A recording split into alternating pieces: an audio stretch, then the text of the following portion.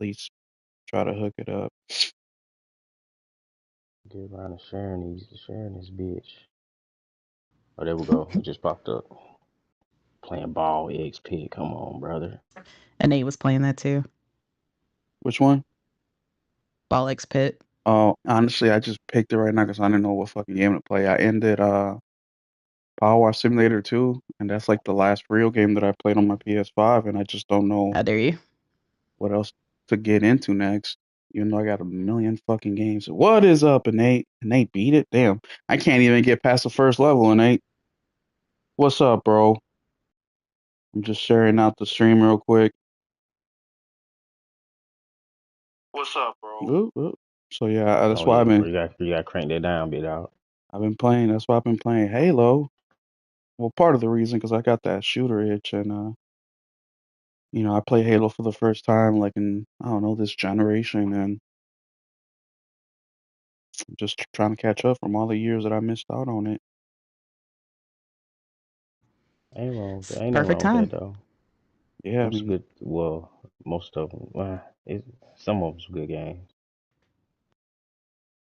yeah, yeah. I mean, I'm actually surprised. And you know what? My favorite Halos aren't even the Halos that got Master Chief in it. I like Reach #1 and Halo ODST too. Yeah, bro. Reach is the shit, boy. So I mean, it's Wow, come man. They changed the game. that Reach. I really like the story, man. I like the setup. I like the characters.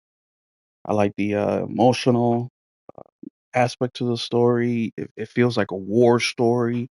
I Mm-hmm. feel like Halo, Master Chief, they're a little bit more video gamey, even though it is a fucking. I mean, they're all video gamey, but I'm saying like this. I don't know. And they says boring. Yeah, I know some people feel that way. Nah, I fuck with them. I fuck with them. I don't think they're boring. Just finishing up this tweet here. Shit, them bitches a vibe.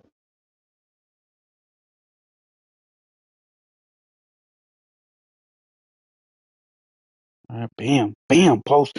All right, I'm so sorry I am late, gamers. Your boy Will was taking a nap, and I like a little child, man. I went past the wake up time. Normally, I got Nelson to, call me, be like, "What the fuck you doing?" Um, and Nelson's hunting this weekend, so you ain't have that wake up call yet. But I'm so happy to be here. We got some very, very cool guests in the house today, and I'm so appreciative for them stopping through. I will introduce them in just a second, but before I do, I am just gonna share this to the Discord, make sure that they know we are up and running, and then we'll get it popping today. Not really gonna shoot too much shit because we already got a few people in here, and I'm already 30 minutes late. Mm. Plus, we got a lot of our views on the replay, anyways. But welcome to the state of gaming on this beautiful, beautiful Sunday evening. Like I mentioned, my co-host Nelson Gaming Culture is currently on PTO.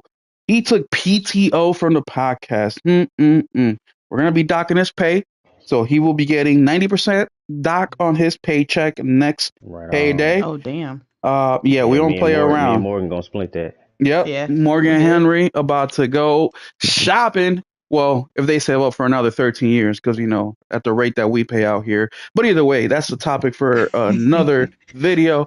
Today we're gonna be talking numerous different topics, y'all. I think that the very first not the very first, but one of the well, you guys know as the meat and potato of the discussion. I think it may be, but we'll see where the show leads us, will be our game of the year conversation. Now, what I asked Morgan, which I'm going to introduce in a second, and Henry, which I'm also going to introduce in a second, is I asked them earlier to think a little bit about what they themselves think qualifies as a game of the year game. and what they think will win based on what they've played, and also what they think may win based on what we know from the Game Awards. So I think that's going to be a very interesting topic because we're all a little bit different. And we all have some qualifications that others may not. So I think that's going to be a dope conversation. But we are also going to be talking about the normal stuff that we've heard this week, such as GTA getting pushed back, not pushed in. That's a different, that's a different thing. Pause. I'm talking about push back. All right, that's number one. The other thing that I'm so happy, and I really was hoping Henry was going to hop in today because we got the Portal update, and We did. Henry is a handheld guy. Henry is a live service guy, which is going to Yes, I lead into am. the ARC conversation that I have a little bit planned for the game of the year because that's something that happened a couple days ago or yesterday.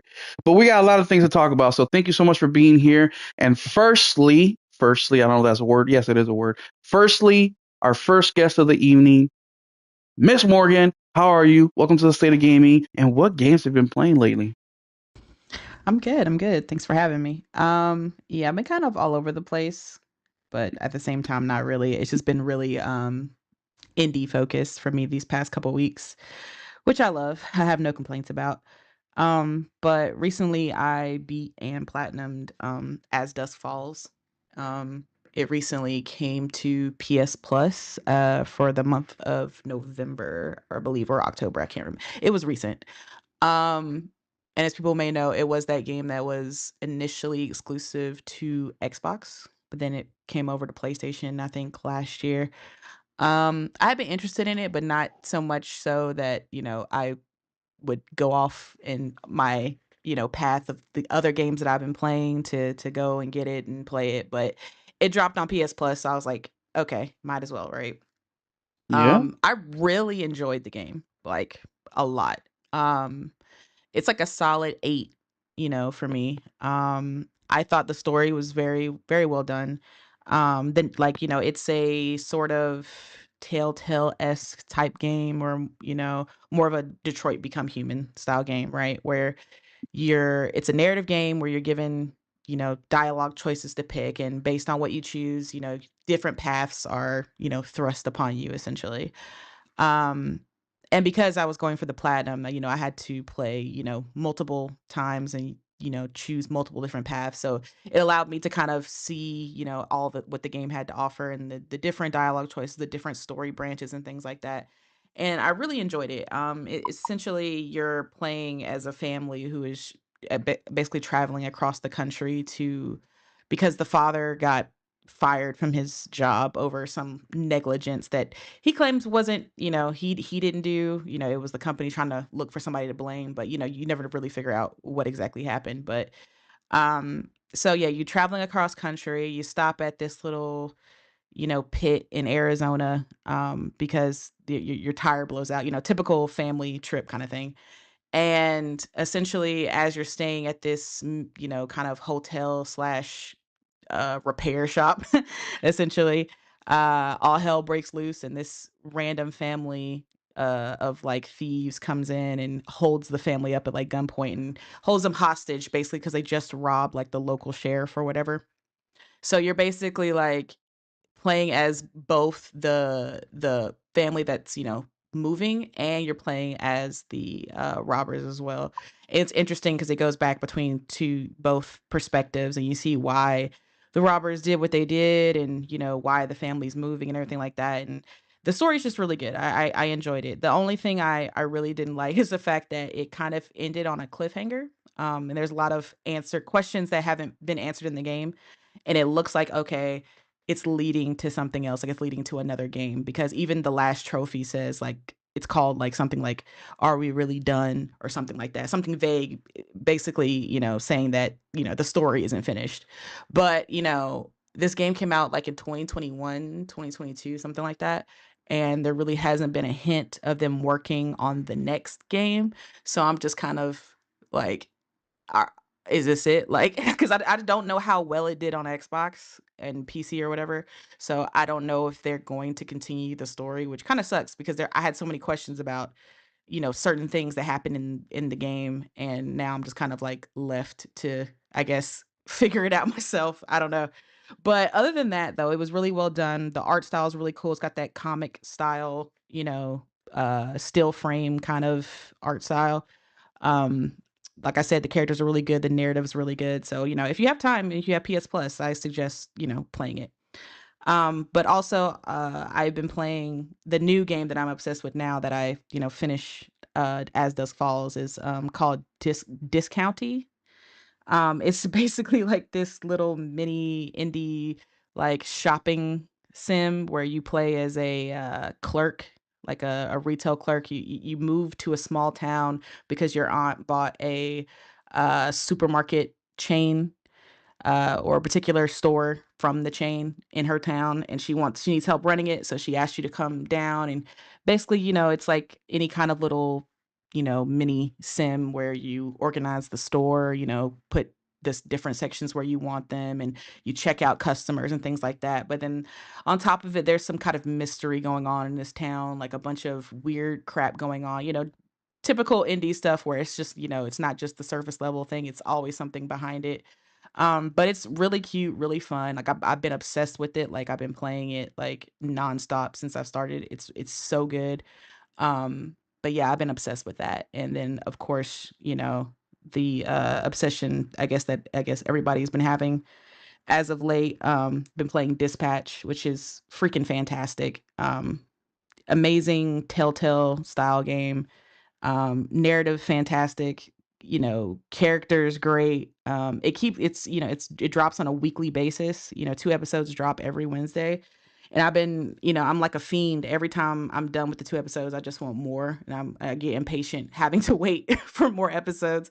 But next week, or I guess this coming week, is the last week of episodes. So the last 2 episodes are dropping, and it's bittersweet because the game is so good and I don't want it to end. And I'm upset because the developers have already confirmed that they're working on a different game after this, like something in Dungeons and Dragons or something, something in the realm of Dungeons and Dragons. So that Like means they're not fantasy. going to.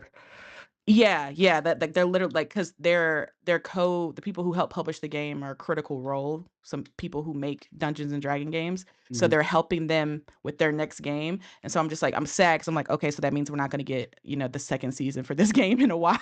I was so I am vaguely upset about this, but I understand they gotta do what they gotta do. So but this game, it's so fantastic. It made me remember why I love Telltale so much, and what they've done for like the narrative genre and like the story genre of gaming. Like it's just it's like, if you have not played Dispatch, like I highly suggest it. Like it's now on in my, I know we're gonna talk about this later, and I'm not gonna go into detail right now, but it is in my game of the year list because it's just so freaking good. Um, I can't wait to see how it ends. Like honestly, I don't know what they're gonna do in these next 2 episodes, but I can't wait to find out. And it's exclusive to PS5 and PC as of right now. They'll probably do an Xbox port and probably a Switch port later because it doesn't look like it's like too graphically heavy or anything like that. So it could probably run on Switch. But yeah, if you haven't played Dispatch, man, I can't recommend this game enough. I love it so much. I got a Nate on it too. He's loving it. He thinks it's fantastic. My fellow cohorts and the Otter player, we're all playing it and we all love it. So I mean, it's a fantastic game. So Yeah, yeah, that's what I've been playing. I gotta catch the replay of the Otter podcast. I was actually adulting yesterday and it was terrible. I told the boys on Oh, Discord I had my niece's birthday party and it was at this freaking place where there's like a whole bunch of little freaking I don't know how to explain it. They got like little different sections, like they got a little play restaurant where the kids can like use the oh, cash register. Then that's so another, cute. and they got little groceries and shit. They can prepare like just plastic, toy food. And there's another section where there's like where you can dig for dinosaurs, and there's another section where you can like do construction, and another See, little doctor's office. Anyway, I it's would got kicked cool. out because I would have been playing. I would have like pushed the kids out the way so I could play with those Oh things, yes, it and was they very would have hard. kicked me out. It was hard for me. I ain't gonna lie, because I did want to jump in, but I like I told my son, it's like it's not like you grow up and all of a sudden you're like, okay, I'm an adult now. I gotta be, I know everything. Like, no, dude, you still feel like you're in the body of like a 16-year-old, except that you're not. You know what I mean? You're 30s, whatever, 40s, whatever age you are, and sometimes you have to bring yourself back. But either way, it was hard because there's so much gaming to be done, and I'm just like, smells like feet in here, and it's a whole bunch of fucking badass kids Smells like running feet. around.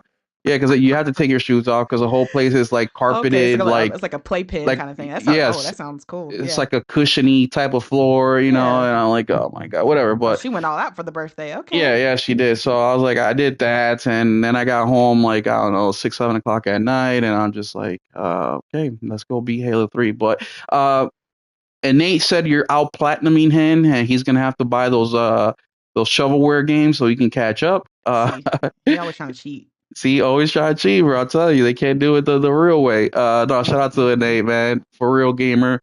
And Mr. Henry. Oh, by the way, before I pass it to Henry, I'm also look. I've been trying to play Dispatch as well.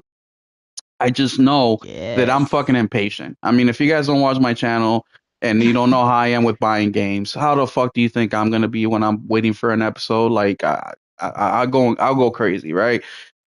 So I've been just telling myself, wait till all the seasons come out before you jump into it, because I don't want to be in the situation of waiting weekly. But I am so looking forward to it. One of the first platinum games I ever got was actually during the PS4 era, and it was a Telltale game, and it was the Guardians of the Galaxy one. Now, I'm not a Oh, big Marvel kind of person or superhero kind of person, but I love Guardians of the Galaxy. They're my favorite out of the Marvel movies. And I just love that thing. I love it, love it, love it. So I agree with Morgan. I've even bought other Telltale games because of that one game. So I'm hyped for that one. I'm just waiting. What is he said? Not this week, but next week is the last one. Yep. This coming This week. week. Yep. Yeah. This Wednesday will be the last few This episodes. okay. Yep. So perfect. Yeah, So yeah, that's when Wednesday, I'm playing it. when I get off work, Nice. I'll be buying that fucker and start playing it. So shout out to Morgan for that. Next, we have Mr. Henry Heck in the house. Henry Yep. has finally gotten some gaming. Henry, like me, has been Yeah, adulting brother. recently, and now he finally got to play this weekend. So, Henry, what you been playing, bro? I finished up, Chronos. I had been working on that for a decent amount of time. Grip. Yeah, so I finally got the the wherewithal to knock that on out. I was on the last boss. It was a annoying situation. And then aside from that, I've been playing Arc Raiders. Get some time in on that good guy. I played that You pretty a much neck all beard? day yesterday. You a neck beard? Yeah, bro. I'm a neck beard, brother. That's an I'm inside joke. I'm I'll I'm explain I'm it a in, little I'm, bit. I'm in the game. I'm in the game now. Neck beards unite. And right now I'm playing Ruiners. That's pretty much it. I haven't had much time to game this week, man.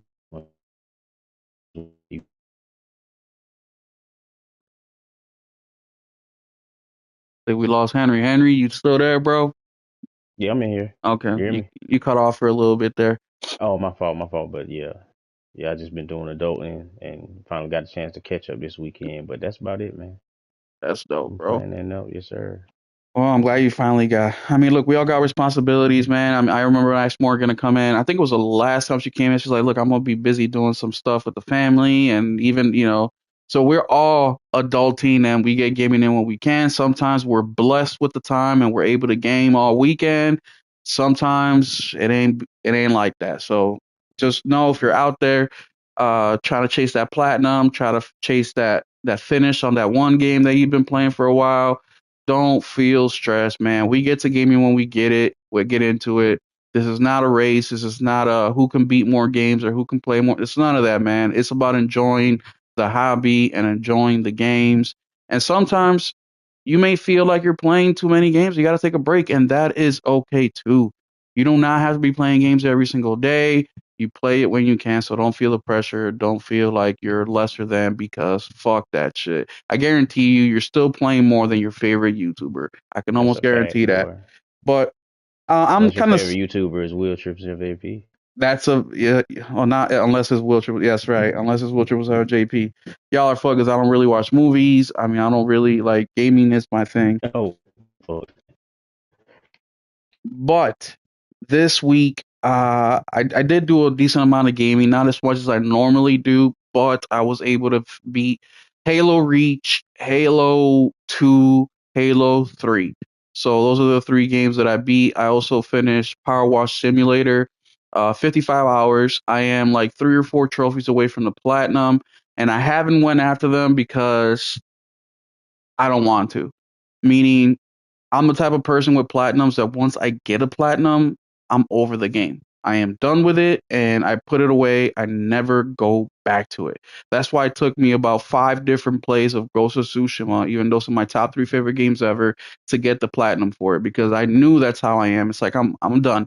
It's like post nut clarity or some shit. But it's not that I don't dislike the game because I obviously like it to get the platinum because I don't just go out and get platinums. I only got like 25 of them, but it's just I don't know something internally of me where it's a completionist mode. I think it's part of the reason why I like Power Wash Simulator is because everything you clean, every ding you get, it's like okay, I'm one closer to the finish line. But so I haven't done that. But outside of that, though, that's what I've been playing. I do feel a little, even though I just told you that don't feel behind or none of that shit. I do feel a little bit like that just because in the month of August, September, October, I purchased so many games day and date. It's disgusting, really. It really is fucking gross. And that's the only reason I feel that way because I don't normally do that. I normally only buy the games that I want to play and or I want to play day one, and then the rest of the stuff I'll get it on sale. That's why my collection is so big because I do get a lot of shit on sale. But for some reason, these last 3 months, I just went fucking all out. Like I ain't got responsibilities. Like I just didn't care about my budget. My accountant was like, "What the fuck are you doing?" I was like, "Look, my guy, just are we broke? No, then shut the Games. That's fuck what I'm up doing. and shut the fuck Games. up, my boy." You know what I mean? But then now I come post non clarity moment, right? It's November, the holidays are here, and I'm like, you're right. You know what, Mike? You're fucking right. I'm sorry. What I gotta do to make it up to you, bro? And every time I do well, his wife sends me cookies and they're delicious. So I gotta do well for Mike. Anyway, that's a personal thing of mine. But let's get into it, man. As you can tell, a lot of gaming to go around, a lot of gaming topics, a lot of big gaming news that happened this week. And I want to get into the first one not because I hate it or I want to get out of the way. I kind of do, but I just want to move past it because we talked about this last week. We talked about this a couple of weeks ago, and I'm sure you guys been listening to your favorite podcasts out there, and they've been talking about it too. But that is a GTA delay, right? We got Mm. news that they are getting pushed to November 18th or 19th or something like that from May. So another 6 month delay from the original delay, which makes it a full year from today's date. Also going on with Rockstar are 2 other things. One, they're saying, well, one other thing. They're saying that this delay is going to cost Rockstar or Take Two up to a $500 million loss in money, right? So I want to ask you guys about that and if it matters. And the other thing that's been happening with Rockstar is they just laid off a whole or fired. I don't want to say laid off because laid off is like okay, we're financially struggling, we gotta let these people go. No, they fired a whole bunch of people, and we have 2 sides to the story. So the first side of the story is this is coming from the employees. They were saying they were trying to unionize, and Rockstar didn't like that, and they let them go. And by unionize, they were starting to actually get the union going by opening up Discord and creating their own group, stuff like that. Um, and they say that Rockstar want to go because of it. Well, Rockstar came out with an official statement, and they said that ain't it at all. We fired the asses because they were leaking. So I Mm. want to start with Morgan here, and we'll attack the firing first. But Morgan, who do you believe? Do you believe the employees, or do you believe the that they're unionizing and Rockstar didn't like it, or do you believe the whole they're leaking? We can't have that in our company. Funny enough, I'm like, it's probably a little bit of both. They Mm-hmm. probably were talking about unionizing, and obviously, especially with Rockstar being having locations in like the UK and things like that, it's completely illegal to fire somebody, for unionizing, right? They got so many employee, laws, employee first type laws, that they needed a reason to fire the employees, right? Mm-hmm. And they probably were in the server discussing things about the game. And obviously it was an employee or it was just a server for them, but it wasn't a work server, right? It was a open kind of, it was just a server that was not a part of the Rockstar purview, right? So they were on it discussing things, and anybody on like who works for Discord on the back end could probably open it up and see what they were talking about. So there, there could be some kind of security breach on it. And so I think the Rockstar employees, or the heads at Rockstar, used the fact that they were talking and discussing about, things going on with GTA 6 as a reason to fire them, as a justification, because they couldn't just fire, like, you can't just be like, oh, well, you're doing a union, you're fired. Mm-hmm. Like, so I think they use that as a scapegoat excuse, right? They probably would never have fired them if they weren't talking about a union, because I doubt Rockstar cares that they were on that Discord talking about it. Mm-hmm. Um, but because they said the name that shall not be named, right? Yeah. The scary, big scary word of union that Yeah. all these big corporations hate. I think Rockstar they probably had their people looking for something in that server to give them validation, um, as an excuse, to let them go. So I think it was a little bit of both, probably. Now, who would win in that? Like, if they took it, to court, Mm-hmm. I don't even know. I have no idea who would win.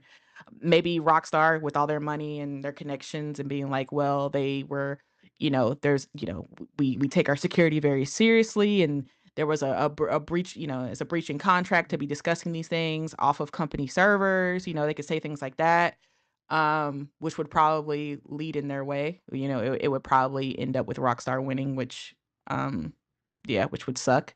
But yeah, I think it's a little bit of both with this situation. Yeah, I agree with you. And on this podcast, when I first started it, guys, I mean, in my personal life, I say this to my colleagues all the time, especially the people that I manage. I said this shit all the time: is don't do the best you can at work so you can get a pat in the ass and get a high five or get that name on the wall for Employee of the Month, right?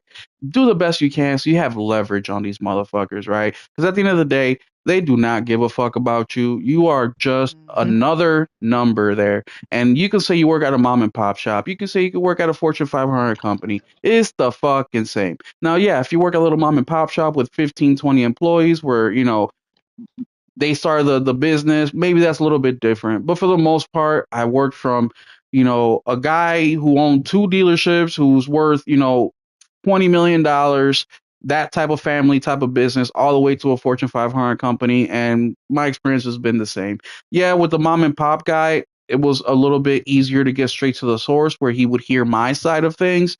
And because I did so well, maybe he might give me a little bit extra benefit of the doubt, right? I've seen that happen, of course. But for the most part, they just don't care about you, which is something that me and Henry actually agree with when it comes to laying off employees and stuff like that. Because Henry, in the West, we've seen this all the time, right? We've seen these employees do a day in the life on TikTok. They wake up at Mm-hmm. fucking, 8 in the morning. They go through their daily routine. They get their mocha latte. They get to the office or shooting the shit in the water cooler, after they clock in, and they finally get to their desk around 10 a.m. And then after 10, they go walk around a little bit more. And then, the next thing you know, it's lunchtime. And then they're there eating their fucking gourmet food from the from the developer, right? And next thing you know, it's freaking up. Lunch is over. It's 1 o'clock. And then they're like, well, we got to eat dessert.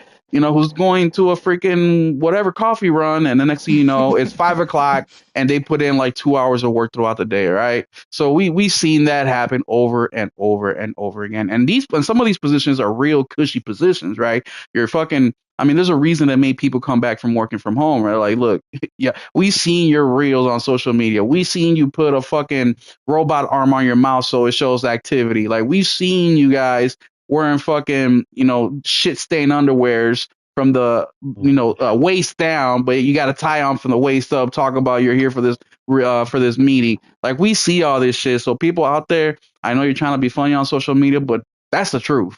I started working from home this week, and I was just telling my colleague, like, bro, I didn't even brush my teeth till 9 a.m. on fucking Wednesday because I'm just sitting there in my underwear working.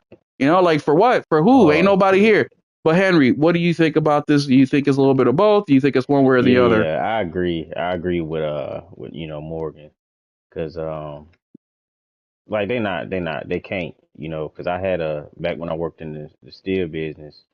We was I ain't gonna say we, but people were trying to unionize all the time at that place, all the time, and they couldn't do nothing about it. So if you coming in there, your attendance right, you hitting your numbers, and you doing everything you're supposed to do, they can't really get you up out of there for that.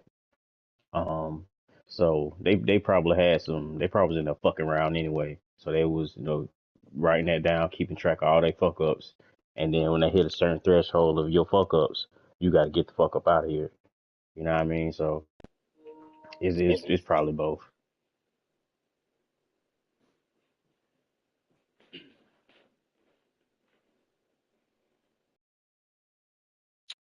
Sorry about that. A little bit of technical difficulty.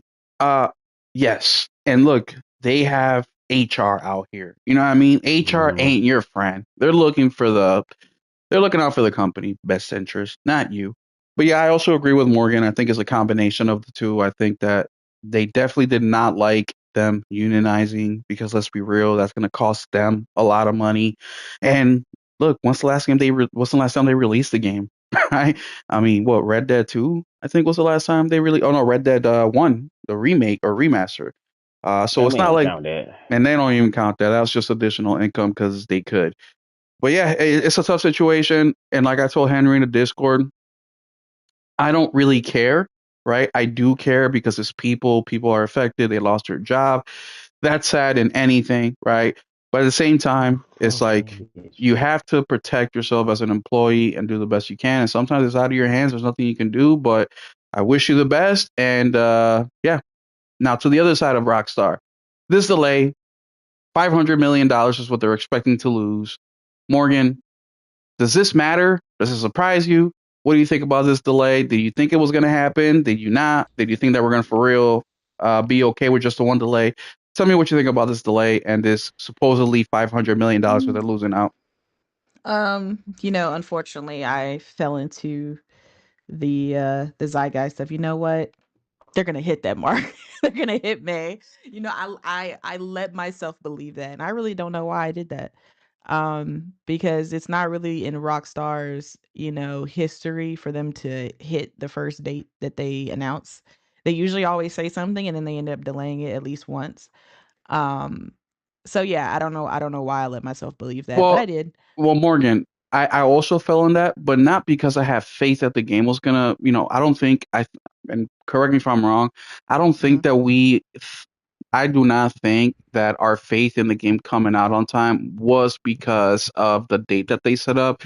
I think that the reason that we have faith was because we thought, okay, it's been what, 13 fucking years.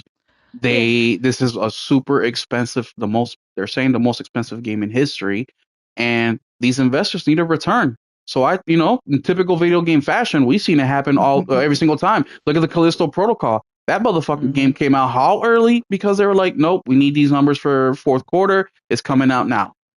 So we've seen that. So maybe that's why. Sorry to cut you off. No, you're good. You're good. But yeah, they delayed it to November, which is interesting. It does fall into where Rockstar normally releases, because I believe Red Dead 2 released in October and GTA 5 released in October. So they are usually a fall, release company. For the So holidays. yeah, for the holidays. So, the new date makes sense. Hopefully this time they'll be able to hit it. I'm hoping that they're at least in a place where they're, at least like 90% done, and they're just kind of working on optimization and polishing. They just need a little bit more time to make sure everything's good. And they're not just I hope this isn't like a CDPR situation where, the devs are saying to, the people in charge that, hey, we're not done, we need more time. And they just give them just a little bit more, and it's like, do what you can with this little bit of time that we give you, type situation. Hmm. Hopefully it's not that. I don't think it will be, because at least with Rockstar's history, the games that when they release, they're usually in very great, state. Yeah. Red Dead 2 was fantastic. I don't think I had any hitches No. on Red Dead No. 2 at all. And the game's Um, on double disc. It's all there. It's yeah. exactly. Everything's there. It just it just worked, Take Todd, the quote from Todd Howard, it just worked. Um but yeah, it's sad because I did take May off. So now I Oh have shit. to finagle a way to get November off now. So Which is a little that'll bit be difficult because interesting. of the holidays. So a lot of people want to take November off. Exactly. I'm gonna figure it out. Whether it's I gotta jump off the top of some stairs or something, break, break my leg. I'm gonna figure It's something got to be out, the leg, man. can't be the wrist, can't be the hands. You know what I Right, mean? right, exactly. I'm laid up, foot on the little stretcher, everything. But yeah, I'm gonna figure something out. But as it's sad, but it is what it is. I'm sure all the games that we're releasing in the first half are having a huge sigh of relief now because they're like, oh my God, thank you. You moved out of the way. So our game can have at least a chance to succeed. But yeah, I feel bad for all the fall games. Like I'm looking, specifically at Insomniac. They usually release in September or October, so they may be Mm-hmm. okay. But yeah, anybody and everybody needs to stay the hell out of November. November is now off limits. That is GTA's month. Nobody can impede on that. I'm sorry. I don't care how good you think your game is. Like it's not GTA, so you just need to move out the way. And I know specifically Xbox has a whole slate full of games that are supposedly coming out next year with like the Halo, Gears E-Day, Forza Horizon 6, Fable. So, with all these big titles, at least one or two of them is going to be fall. So I'm sure the people over at Xbox are trying to figure out what the hell they're about to do now Yeah. that GTA is pretty much dominating the fall now. But yeah, as far as the money goes, I really don't think Rockstar cares. Mm-hmm. Because at the end of the day, they know they're gonna make 7 times that They're making that when the shit game back. releases. They Yeah. making that shit back probably before the year is out for Yeah. when GTA 6. Like they could care less, right? Especially if the rumors are true and the game's going to be at 80 at the bare minimum or 90 or 100, right? Like they're going to make that shit back because as much as people grumble and cry about these price increases, myself included, GTA is one of those games where it's just going to be like you just going to have to deal with it.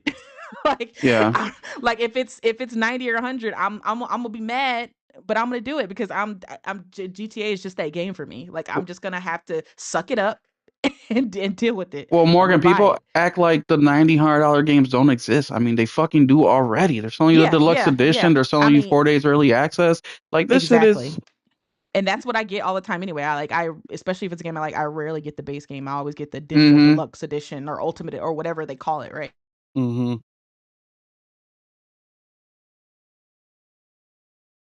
Damn, Henry, can you hear? Yeah. Hey, who? Oh no, I can't hear Morgan. I thought it was me that time. Yeah, no, I thought Morgan. Yeah, I think she fell out. Shit. Well, we'll Man, get that's a back to storm going Morgan. on down here, brother. Yeah, no. Well, I want to give a shout out to 2 people real quick because last week on the podcast we had David Faulkner, and David said, "Oh, there Okay, she is." sorry about that. Go ahead, Sorry Morgan. about the alarm on my phone went off. It just completely knocked my stuff over. Shit I'm so off. It's gonna sorry. take a. It's gonna Oh, take you're a good. Yeah, second. sorry about that. But yeah, I never really spend $80 anymore for a AAA game. I'm always getting the digital deluxe edition, ultimate edition, whatever they decide to call it, right? Because I want all of the stuff. Even if I can get it in game, I just rather, get it when the game starts. But yeah, I don't think they're upset about this loss of money. It's probably just a decimal point for Rockstar. They're just like, okay, who cares? Especially when they update the online GTA Online for Mm. GTA 6. Them shark cards, Oh, they're gonna make so much money off of Oh, them shark cards. Like it's gonna be insane. They don't care about this 500 million. They're just like, it is what it is. We got to do what we got to do.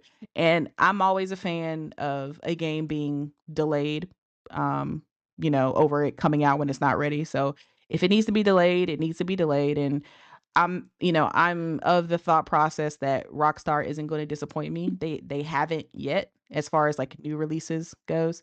Um Red Dead 2 was like like it was a fantastic game, like my top game of the year for 2018. And I absolutely love GTA 5. So I don't and then of course GTA San Andreas, GTA Vice City, like all of those games have been fantastic to me.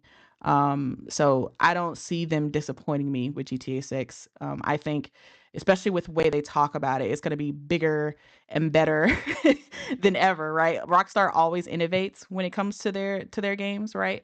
With Red Dead 2, they like innovated open world, like the whole like geometry of everything that you could do, the way the world was so full of life, even though it's, you know, you're out in the open west and there's not much going on, but the world just felt alive in Red Dead 2.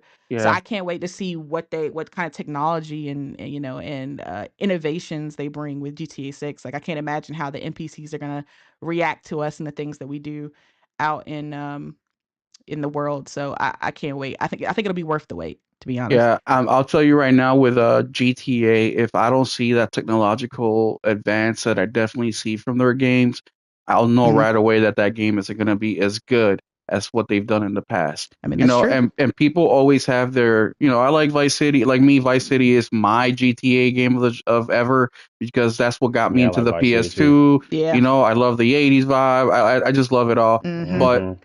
I think, anyways, but I want to give a huge shout out to two people. The first one is Nelson. He's hunting this weekend, and he said, or he's been saying, this thing's not is gonna get delayed. It's not coming out. He's been saying this for weeks and weeks and weeks. So he called it. And the other person is David Faulkner, who was here last week and the week before, and he said, if they don't start showing some promotional stuff this month in the Video Game Awards and specifically, they're going to be pushing it back. He said because you cannot, and he also talked about the price increase. He also said you cannot uh, put the game out, no matter if you're GTA or not. You can't just put it out with this increased price and expect for you to sell the same amount you would sell if you started promoting it, you know, in the regular promotions schedule that you're supposed to with big games like these. He said, yeah, the West, we got money, but there's other parts of the world that don't, and people for real have to save up for $100 game. And I understand what he's saying. Shit, up until my adulthood, every game I ever bought was because I saved up money for it or my parents saved up money for it. So shout out to those two guys. Um, Henry, do you Here, think that this and then I'll give you guys my spiel at the end, or unless you want me to, Henry, first, you let me know. I'm going to ask you the same thing. Do you think this $500 million really matters to Rockstar or Take Two? Do you want me to answer, or do you want to go ahead and then I'll finish it off? I'll go ahead and Go because they're ahead, gonna be bro. short and sweet. Yeah, no, I don't think it matters. They're gonna make that back in 6 hours. You know what I mean? Yeah, They gon' Facts. it's GTA 6, and people are bummed and upset about the delay now, and they might say things like the hype is been dampened or whatnot. But once that launch trailer drop, man, them panties gonna get moist. Them yeah, boy, they Facts. gonna pick that up, yeah, bro. Like yeah. they can say what they want now because the game ain't in front of them, but when it's in front of them, they gonna fall in line. Yeah. Oh, that's the fact. And yesterday, I told you guys yesterday, I was a little adulting, went to a family event, and guess who I came across this family event? And shout out to my Oh, cousin, Joseph. He brought me my three games that he'd been borrowing for the last fucking year. It Takes Two, Split Fiction, and Need for Speed Underground. He's a casual of the family, right? But the first thing he told me when we saw each other is he's like, yeah, cause I liked me and the wife liked It Takes Two better than Split Fiction. Split Fiction was good, but we like It Takes Two better. I was like, I heard that 100 times, so that's expected. Then he said, I got your Need for Speed back. I know I had it for a long time. I'm sorry. He's like, my guy, I already bought it digitally. You know what I mean? Like you should have kept this motherfucker because it was on sale for like $3, so I got it. And then he says, did you see and I'm like, I hate when people do that. Like, did you see? Okay, see what, motherfucker? Like, there's a lot of things I can see. Then he says GTA November, and I was like, yeah. Why are you asking me this? Like, motherfucker, you know I'm into gaming. You know I got a podcast and shit. You know that I'm on it more than your ass is. But that just lets you know right there that the casuals know about this. And I don't Yep. want to say he was disappointed or anything. Yeah, he's bummed out because he's not going to be able to play it, but he's such a casual anyways that he's like, I'll get to it when I get to it, right? It doesn't affect him none. Now, when it comes out day one, he will be playing it. And then I told him, like, yeah, I know, bro. I know you wouldn't really care because you just get to it whenever you get to it. He's like, well, there are games I care about, like the Spider-Man, God of War. I was like, yes, I know. Those are your games, just like every casual. They have their favorite IP that whenever they drop new content, you're there. But for the most part, you're not trying out a game like Power Wash Simulator or Until Dusk, or you're just sticking to your flavor, right? But I bring that up to say that that's how big this fucking game is. My cousin, who I had to let him borrow 2 games like It Takes Two and Split Fiction for him to be able to game with his wife. And that's all the gaming he's done this year. Knows about GTA and is up to date on the news about GTA, which your normal casuals aren't up to date on any fucking gaming news. So that's how big this game is going to be. And the last thing I'll say about GTA is I don't really care too much about the delay. Now, yes, I'm not happy with it as a gamer. I want to play it, right? Because like all the reasons we mentioned earlier, Morgan said, right? We're gamers. They push technology forward a little bit in their games. Their shit is just special, right? It's the same thing a lot of people say about Naughty Dog. It's the same shit people say about Sucker Punch, but we all know Rockstar is a level above that. But my thing with this is just the unprofessionalism about delays that I don't fucking like, especially Mhm. after one delay. Like one delay, I get it, shit happens. But when you're pushing your game out like 2 or 3 times, that gets on my fucking nerves. Because, and maybe Rockstar doesn't fit into this because it is probably going to be the biggest game in history. And like the chat is saying, servers are going to shut down. You know what I mean? They're going to be charging X amount of money, right? They're going to do things that normally don't happen because they can. But at the end of the day, it's like, okay, if I go and order a cheeseburger and they fucking give me some bullshit reason about why it's cold or why it's taking an extra fucking 20 minutes, I'm going to be pissed off. It's the same thing with gaming. I'm still a consumer. I'm still a paying customer. And you told me this would happen on this day. That's what I'm expecting it. Morgan took PTO off. Now she's going to have to finagle the November PTO off. And yeah, it may be easy for her and she might be able to do that transition no problem, but it may not, right? Henry, I don't know, Henry PTO now, I don't think he may be interested in all that. He'll play when he plays it, kind of like me. But still, people have things planned out. And when you make multiple delays like this, it pisses me off. And right now we're talking about Grand Theft Auto, Rockstar, but this applies to any fucking game, any fucking company. I just see a level of professionalism that is lacking there. It's what I tell my colleagues at work as well. I always under promise my customers because every time I end up overing delivering. If something's gonna get here on Tuesday, don't tell them it'll be here at Tuesday at 2 o'clock, right when FedEx is coming. No, say, hey, it may get here Thursday, but more than likely it'll be Friday. And guess what? When you call them Wednesday, it may be late to you, but you're still a day too early for them. So you look like the fucking hero. So I don't know why these people have a problem with just over promising us every single fucking time. It feels icky to me, especially because I'm in customer service and it's just, I don't know, it's slimy.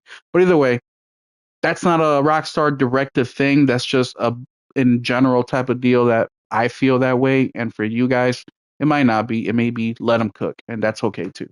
But anything else you guys want to say about Rockstar before we bring up the next hotness? No, no. You know what I mean? Good. Except for, everybody was on their sack on the timeline, giving them hell about the delays. Yeah. That's pretty funny, that situation. Yeah. Very true. Very true. And you saw it all this weekend on social media. Yeah.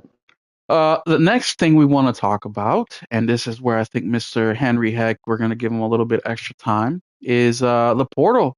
The Portal got an Yeah, baby. update this week. It's a pretty big update. And before we get into the topic of discussion, let me just tell you, if you guys don't mind, I'm going to take a couple minutes here to tell the chat about where I was with the Portal when it first released. I called it a fucking useless piece of fucking shit when it came out. And I know the ponies hated me. They fucking hate me all the time. I talk shit. I talk about the things I don't like with Yote. They fucking hate me. I talk about the Portal. They fucking hate me. And it's like, my guy, you're acting like bots. Anybody who criticized me for criticizing PlayStation is a fucking bot. You're gonna sit there and defend PlayStation for every little fucking thing they do. Where the fuck are my pro plates? Where the fuck are those? I still don't have those, right? Fucking bullshit. That's just another example. But so I called the Portal all sorts of names, and honestly, to me, it fucking was. And the way that I came at it was, well, number one, I need to be in the same network. That's how they told us it had to be done, right? Yes, some people were able to go to the park and play it, and it worked just fine, right? That was in my case. It didn't work for me. They didn't advertise it as that. It wasn't until later. So yes, you may have had luck with something that wasn't meant to be that way. Congratulations, you're lucky. But that's not what it got That's not how it got promoted. That's not how it got advertised. But then people were saying, no, you don't understand. It's because I don't got to free up the TV, and I can. I'm like, what the fuck you mean free up the TV? Well, you got one TV in your fucking house. Like, if you got one TV in your house, maybe you shouldn't be buying a Portal. Maybe you should be going to Walmart and buying a fucking $87 fucking 32-inch if it's that big of a deal to you. You know what I mean? Like, I just couldn't. I couldn't. It didn't relate to me at all. I'm like, I just bought my son a TV and put it in his room. Like, go fuck off. You want to play? Leave my fucking TV alone. Like, imagine coming home all day after working, you pay all the fucking bills, and your fucking kid is like, or your wife's like, yeah, no, I'm sorry, Love and Hip Hop Miami's on right. I'm like, what? What? Love and what? I'll be fucking heated, right? So you solve that problem by making TVs available around the house, right? You're not gonna be an asshole and be like, no, I'm too much salt in this food and throw the fucking dish against the wall. Like, this ain't 1950, my guy. You fucking easy go to Walmart and spend $80. You don't fucking got it, then you work overtime so you can. But that was my thinking, right? But then when they came out with the update that made public what is it, Wi-Fi connection stronger, then that's where the game started to change for me. That's where I started to see value in the Portal. I was like, okay, this is good because now when I go on vacation, I can link up to the hotel Wi-Fi and the shit works. And it did. It did, and it was fabulous. We go on family vacation. It's nighttime. Everybody's fucking around on their phone or watching TV, doing what they do. I pop in that Portal, get a couple levels done. Bam, satiated. Got my gaming out for the day, right? But then when they did the beta for the streaming, that's when I'm like, okay, now this shit makes a ton of fucking sense. A ton of sense. And guess what? The update came out this week. This week. And Yes, just to give sir. you a quick run cap, so with the update, they're updating the streaming. They're converting it from beta to basically the what is it called? The alpha or the This full release. full release. And not only are you able to stream the games that you own in your digital library, you're also able to, if you're a PS Plus subscriber, you can stream games from there as well. So according to the article, you have our PlayStation blog, you have about almost 2,900 games, like 2,885 or 75 or something like that. So a big selection of games. They have the big ones in there like Ghost of Yotei, Sonic Cross Worlds, some of the big ones you're able to stream right away, which is phenomenal. Now think about this. The problem with the Portal before is you bought this thing to somebody who may not have had a PS5 and you got this thing for Christmas. You're like, hey, at least I can play PS5 games, right? And they couldn't. Now you can for real do that. You can for real go to Target, Best Buy, Amazon, buy a Portal, spend $199, which is a fucking steal in comparison to how much handhelds are nowadays. Give them a month of PS Plus, or if you're feeling fancy, a year of PS Plus, and here you go. That person is able to grab that thing, plug and play, sign in, bam, ready to go. So let me start with Henry with this one. Henry, how has the Portal been since this update for you? And more importantly, how significant is this update or is it not? Oh no, it's a huge update. Real huge, because starting around like March, that's when we start like leaving town a lot. And before the update with the cloud stuff, and you really had to just rely on remote play. You know my situation. My Wi-Fi go out Yeah, all the well, fucking time. bro, I use you as an example on my YouTube all the damn time. Yeah, so if I got it and I'm out of state and my Wi-Fi go out, I'm fucked. You know what I mean? I might as well just put that bitch back in the suitcase because ain't gonna be no gaming. You know what I mean? So the cloud situation huge for me because now I don't even have to worry about it. This past summer when the cloud stuff was in beta, what I mean, I was at the beach, getting my game on, playing like a dragon itching, and I wasn't worried about it because usually it'd be like bugging me in the back of my mind, like, man, I hope this Wi-Fi don't go out. I hope this Wi-Fi don't go out. But it was a nice change not having to worry about it. But it is big, and like you say, it makes it more of a standalone system. Like my little brother, he bought his son a Portal, um, and that's it. You know what I mean? He don't. I mean, he got a five now, but at first he didn't have one, and so I was thinking, I was like, man, hold on, man, I might go ahead and toss my son one. You know what I mean? Because he in the house anyway, and when he outside, he not worried about like playing games. He like running around with other kids and playing whatever they playing, like shooting slingshots and whatnot. But it does make it to where like, because we was looking, it's a lot of games on. It's like 2,840 games on that joint. You have access to. Some you might not be interested in, but some you might be interested in. And Arc Raiders, you can play Arc Raiders through that joint. You can play Fortnite through that joint. You can't play the new Battlefield yet, as far as I know, and you can't play the new Call of Duty, as far as I know.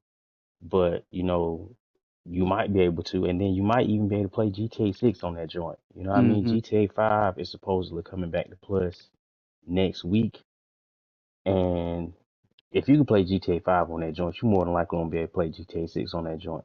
And if you can go get you a portal, like I said, go to your local Radio Shack, go to your local Circuit City, pick you up a pick I you up a wish. pick you up a PS Portal. You know what I mean?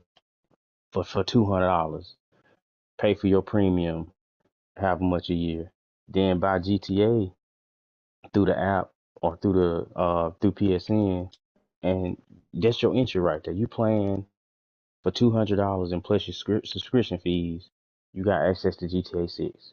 Come on now, that's smooth. That's Yeah. smooth. And I'm Yeah. with it, man. The better the PlayStation, I mean, the better the PS Portal does, the more confident I am in it being like a PS Vita 2 or a PSP 2, which is what I really want. You know what I mean? So I'm glad it's doing well. I'm glad Sony, PlayStation putting a lot of resources and time and faith into it. I'm glad people are receptive to it because like over the last couple days, we see a whole bunch of pictures on the timeline, people picking up portals. And rest assured, Black Friday, people gonna be picking. You know what I mean? Come on, Oh man. yeah. I'm gonna be picking up another one. I mean, I think some of you guys know. Well, I co-parent, right? I co-parent, and half the time my son is with me, half the time he's with his mom, and sometimes we're all together, right? But I mean, my son, he has a Series S. He's got a PS5. We have a Steam Deck that he mainly plays because I don't really fuck with handhelds like that. We have a Switch 2. Shame, We have a Switch shame. 1. Right, Shane. Fuck handheld.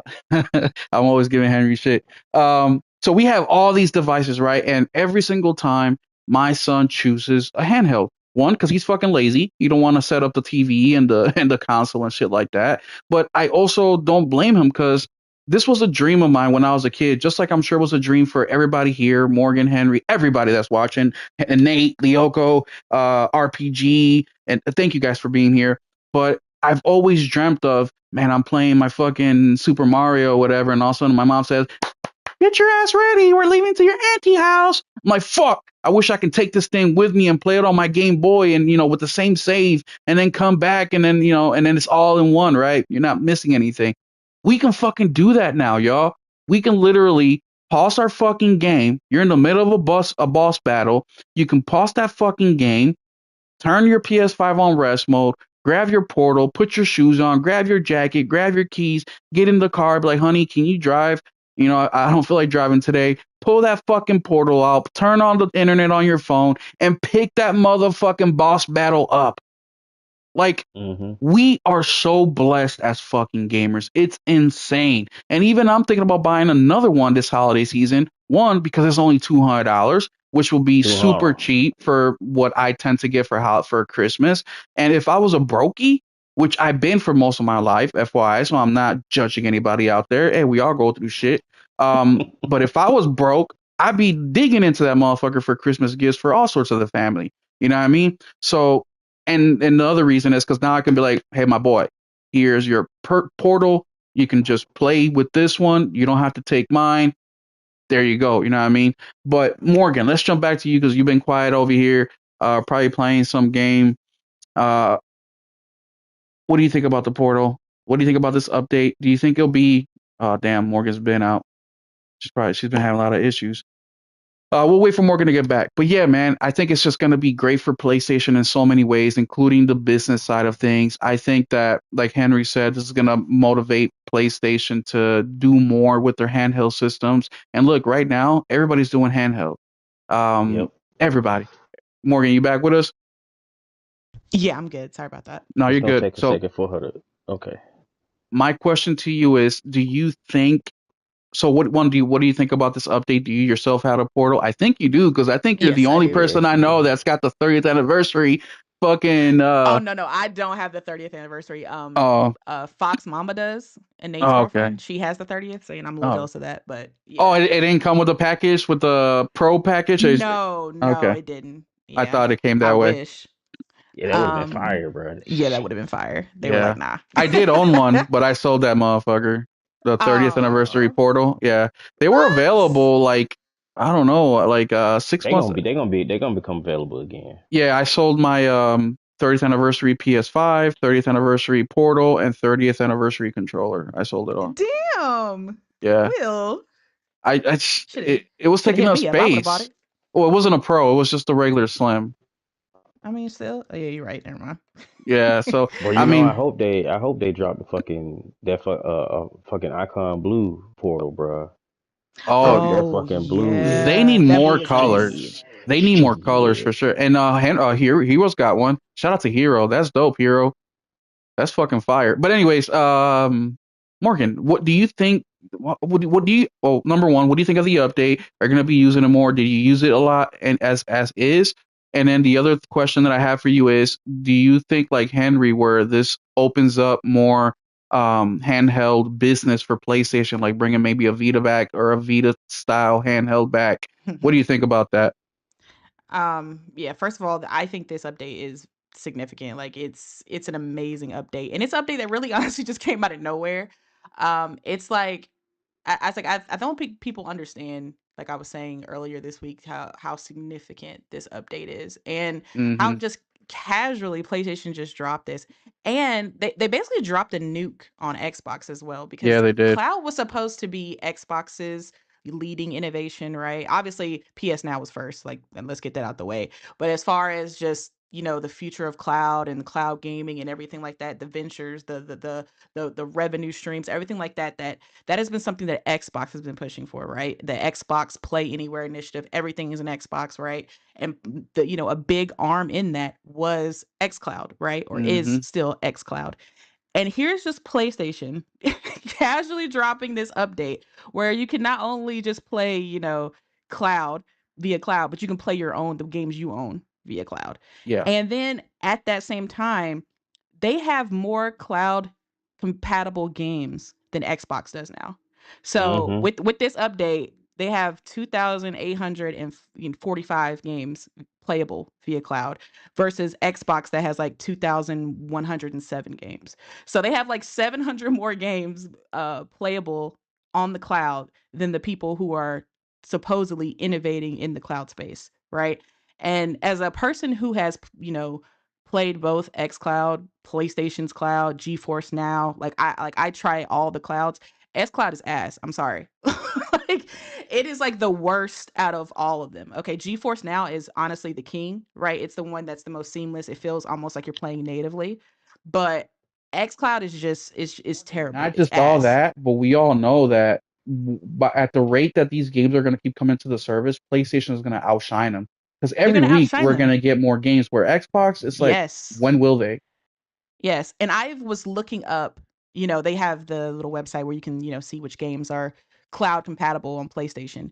And every game that is going to be, I think, on the game of the year list, a nominee, all the big games that we played this year are all cloud compatible on PlayStation. Mm, There's Dispatch, there's Split Fiction, there's Ghost of Yotei, there's Ninja Gaiden, there's the new Doom. Like all of those games are cloud compatible on the PS Portal. So, like Henry was saying, right? If you are essentially trying to enter into the next gen, right?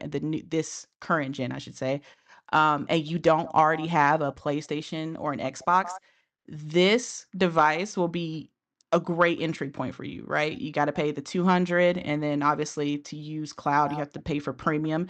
But even with that, if you add both of those together, you're still paying less to enter next gen than most of the consoles right now, because with these console prices as crazy as they are, it's less expensive to just get a portal, get premium, and play via that way. And it is especially good for like the casual gamers, right? Like who don't really care about like, the little small games that me and you play.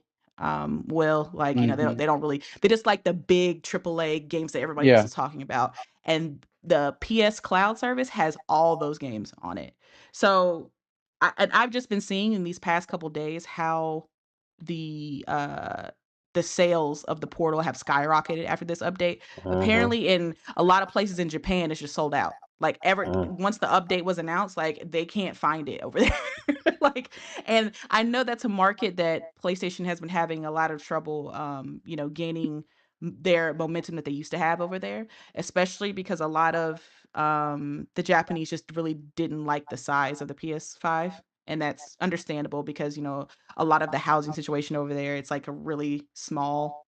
So they don't want this bigger monstrosity of the PS5, kind of taking up space and things like that. And, they really like handhelds over there, right? The Switch is doing crazy numbers in Japan, right?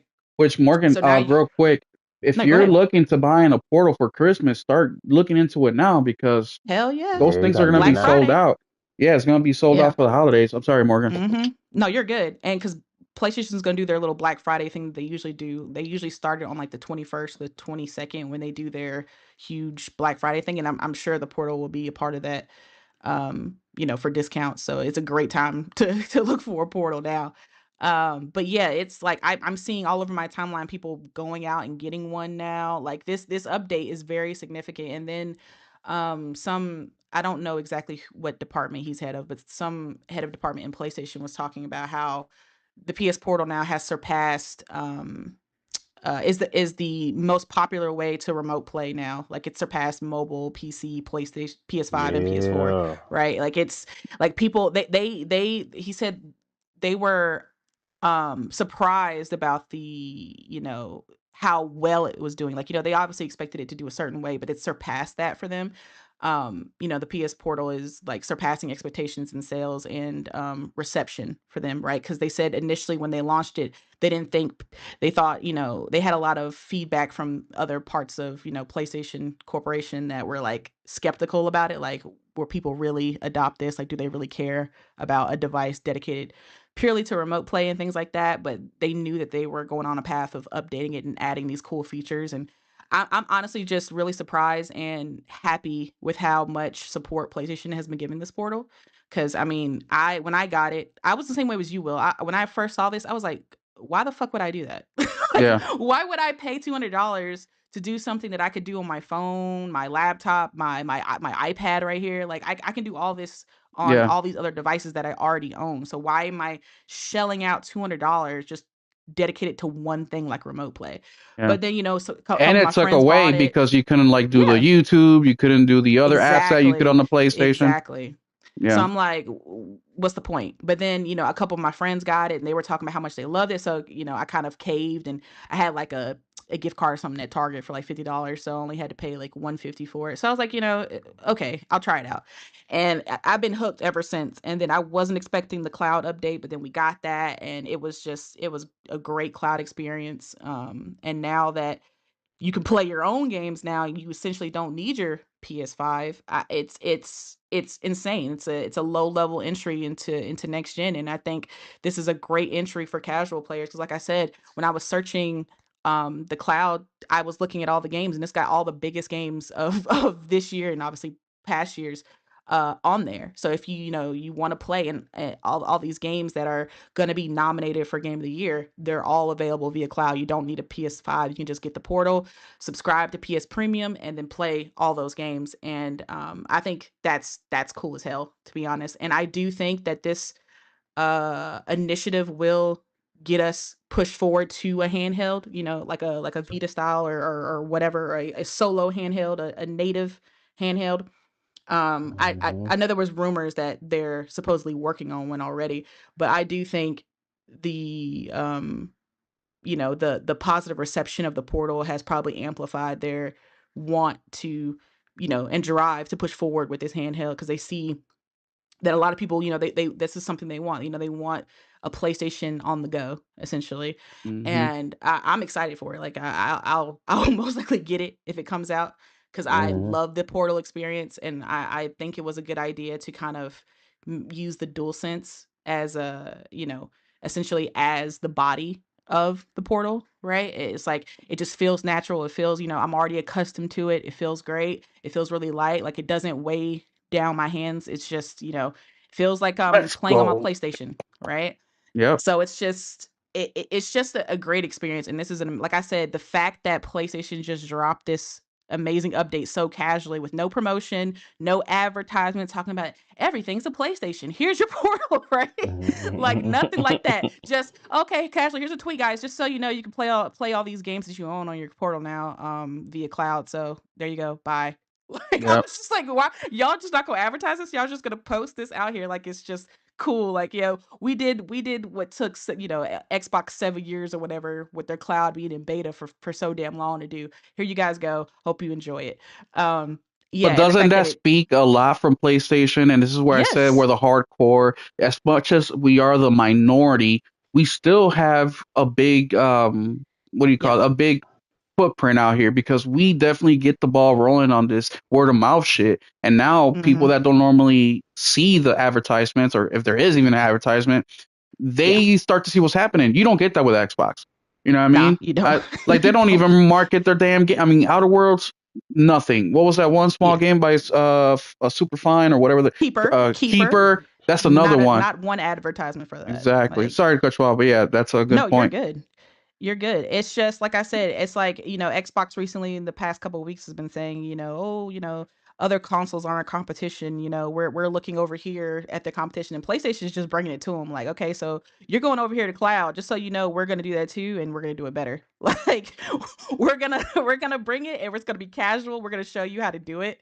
And the fact that like I keep saying, it's better than Xbox, and it's not even their priority. Cloud initiative is not a part of PlayStation's priority as far as their business model goes, right? It's like a side thing. Like, here it is, it's great. Like, so the fact that they've put this much time and effort into it on an accessory at that, right? Because that's what the portal is. It's not even an update on the main PS5 or anything like it. It's just for the portal. And the fact that they've updated the cloud and to do this on this accessory specifically is insane. Like, they this much effort going into it is astronomical, and I can't wait to see what more updates are going to bring to this portal, and how it's going to get even better for portal owners. But I can see a Mm, spike in sales for the portal going up this holiday, especially with this the Hell announcement of this yeah. update. A lot of portals are going to be under the Christmas tree for casuals or their kids, or whatever, because this is a great way to get into, like I said, PlayStation gaming, or just gaming in general.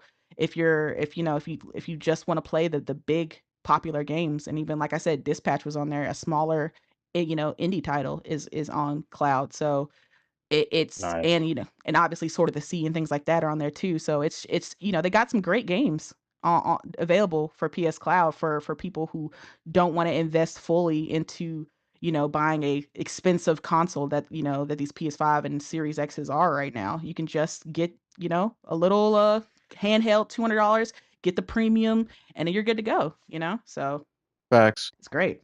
Yeah, I agree with both of you guys. I think, man, and look, just because I speak negatively or criticize something doesn't mean I fucking hate it. It just means that I know the potential is there. It could be better because I've seen better. And I'm so thankful that PlayStation is still on this hardware kick. I think hardware is extremely important. People for real think that one day we're gonna be just, closing our eyes and we'll be able to watch movies, stream games. And I'm like, is that what you really want? Like, yes, you can eat food through a tube now. You know what I mean? You can get steak flavored paste. But is that the way you want to eat your steak? No. You want it off the grill. You want to take that knife and fork, cut into it. If you're a freaking, what do you Hmm. call those people that don't eat meat? A A vegan. vegetarian, if you're a Go vegan, crazy. you can do the same thing with your fucking papaya. Just get a knife and fork, right? But yeah, this is important. This is good news. And it's just about giving us access to games. That's the important part here, and in all sorts of different ways. You can get into it from $200. Of course, there's going to be limits. It's $200, but you can also go in at 750 and enjoy the games the best way possible for PlayStation.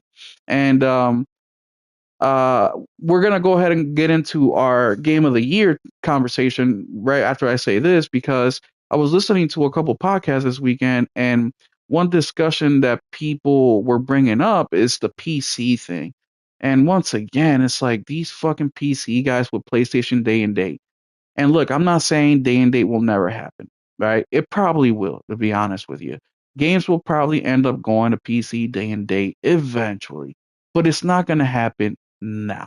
PlayStation is making more money than ever on their hardware. They're making more money than ever in basically all assets of that business. So why would they ruin that by taking their games to PC day and date? I just don't understand why people keep saying that the first place company, or in comparison to Xbox, has to follow what the third place company is doing. Like my guy, Xbox is going to PC because out of necessity. They have to or they're dead. Not because they want to and grow their fucking business. This is a situation that if they don't do something, they're gonna die. So they're doing anything and everything. I mean, fuck, they're trying to compete with fucking McDonald's now. You know what I mean? So of course they're doing dumbass shit like this. But PlayStation still has plenty of legs, and shout out to David Faulkner once again. He made a great point about the physical games. And he said, next generation, physical will still be alive. We broke down the numbers. It's still in the billions. They're still making a shit ton of money off of it. PlayStation is still getting a lot of benefit from that. So that will be around. And that's more good news because it gives us options, right? But let me read this little thing to you guys, which is gonna lead us into our game of the year topic or discussion. And this is an article I found, and a lot of you guys probably heard this already, but it is the guy who did Arc Raiders. And that's why in the beginning of the podcast I had a little inside joke with Henry when he said Arc Raiders on the portal, and I said, "Are you a neckbeard?" Because people have been making fun of people who play Arc, but the guy who made Arc, or the team, let me see here, or no, a streamer named Shroud told people, don't let that Expedition game win Game of the Year. Shroud calls on fans to vote for Arc Raiders Gotti over Claire Obscure. And fans don't even pick the fucking game of the year, bro. exactly, fans don't even pick. I mean, our voice is so small in that conversation for Jeff Keighley's fucking show that it's basically not even. It's small, right? There is an input, but it's like 0.001% of the overall votes. But that got me thinking. And I'm going to bring up Arc again later in discussion, but that got me thinking is we all always argue, especially around November, because Game of the Year awards will be happening in a few weeks. And we are always arguing with each other who, what, when, where, how, what game should be Game of the Year. And I was like, you know what we've never established really, or you don't hear this discussion often, is what is a qualification for Game of the Year? Is it just that it's a game? Or should there be some things that the game has to do in order to qualify for that? So that's a discussion I want to have with Morgan and Henry real quick. And the first question that I have for each of them, and we'll start with Henry, is Henry, what are some things, or what are the things that a game needs to have for you, not for Jeff Keighley's show or the Dice Awards or any of these award shows, for you specifically, what are some things the game has to hit, or what are qualifications the game has to have for it to be considered Game of the Year for you? And not just for you, but what are some things that they should have in general for any of these award shows that the game should have in order to be qualified for them as well? For me, I'm gonna need it to, it obviously got to hit on a gameplay level. Music, audio, got to be there. In my opinion, performance got to be there. A cultural kind of, you know what I mean, where kind of the world stop and everybody talk about it. It also got to have that moment where everybody in the culture and the community is talking about it. And yeah, that's about it. Gameplay, sound, audio, cultural shift. Okay. I think I said something else, didn't I? The gameplay. You said gameplay, audio. Yeah, gameplay, audio. Yeah, I think you hit it on the head. Yeah. I mean, you can put story on there, but I feel like if I say story, then it would automatically exclude on certain multiplayer games because a lot of them don't have the most And in that's depth my stories. fucking point. Get that shit up out of here. Sorry to Listen, cut you brother, off, Henry. I'm talking right now, bro. You gonna get your turn. You gonna You're get your right. You're turn. right. I'm sorry. I apologize. But yeah, you know what I'm saying? Yeah, And but I, I don't even think Geoff and the boys got a proper layout of what is required to hit game of the year. And I also don't think it's one thing that I think should exclude a game from game of the year. You if your game is in early access, I don't think you should be qualified for game of the year. Jenna says graphics. Is that a qualification for game of the year for you? Nah, Okay. it's not.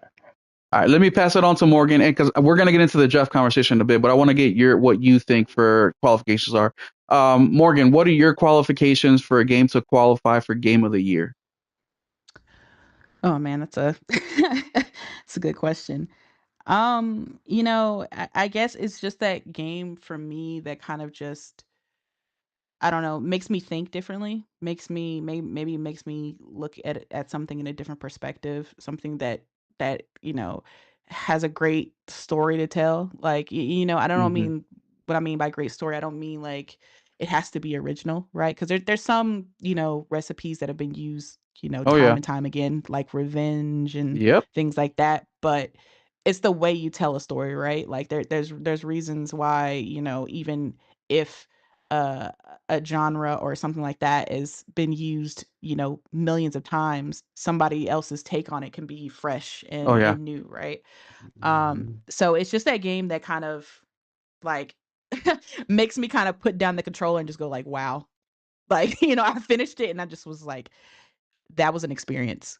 Wow. And Yeah. you know that games that for you, like what I said, when you can just turn off when you're forced to turn off the system, whatever it is, whether it's a PlayStation, Xbox, or PC or whatever, and you're just still thinking about it when Hmm. you're doing other things like going to bed or going to work or and you're fiending to get back and Yeah. find out what's going on more. Like it's just that game that's just stuck in the back of your head to the point where you're almost sometimes you'll dream about it. Like it's Yep. just that game that just kind of just lingers, right? And even after the year is done and you've moved on to new games, you still think back on that game and you're just like, man, if I could erase my memory of that game and replay it again, I would do it all over Yep. again, right? So that's what I kind of look for when I'm thinking of my The game of the game of the year. year. So I'm very Yeah. similar to what these folks are saying. So for me, I actually take game of the year very serious. I think it's a very important thing from my perspective, right? It may not mean anything to anybody, but it is. And another thing that I want to highlight is I know that we talk shit about Jeff, but I also like Jeff's show. I watch it from start to finish. I make it an event. If I can, I normally try to get off work early, even though the show doesn't normally start till like 7 o'clock my time or 6 o'clock or something like that. But I tell my son, hey, it's a war show today. Um, if you want to watch it with me, cool. He normally doesn't. He wants to play his games. I get it. But I get my snacks. I plan a dinner that's quick and fast but delicious that I can eat while I watch it. More than likely, I will order a pizza or something like that. And Yeah, and I buddy. sit back. I grab my phone, make sure it's charged up. I shoot it up with the Discord with the boys and the girls, and we have a good time. Where I try to, right. It's the one thing I will cancel things to watch, right? Um, I fuck with that PlayStation stuff. State of Games and other shit like that. If I watch it on time, I can, which I normally do. But if I can't, I can't. Whatever. So just to give you an example of how I feel about the Game Award or the Game of the Year. Now, Game of the Year is a very important conversation and needs to have certain things. And unfortunately, I disagree with Henry. I think story needs to be one of the things. And look, you don't have to tell a story like a narrator or like how freaking Ghost of Tsushima tells a story. There are other ways of showing. As a matter of fact, there's a game that I looked up the trailer because I was confused. On Xbox, I got a game from Gold, I think it was when Gold was still a thing, called something something The Veil.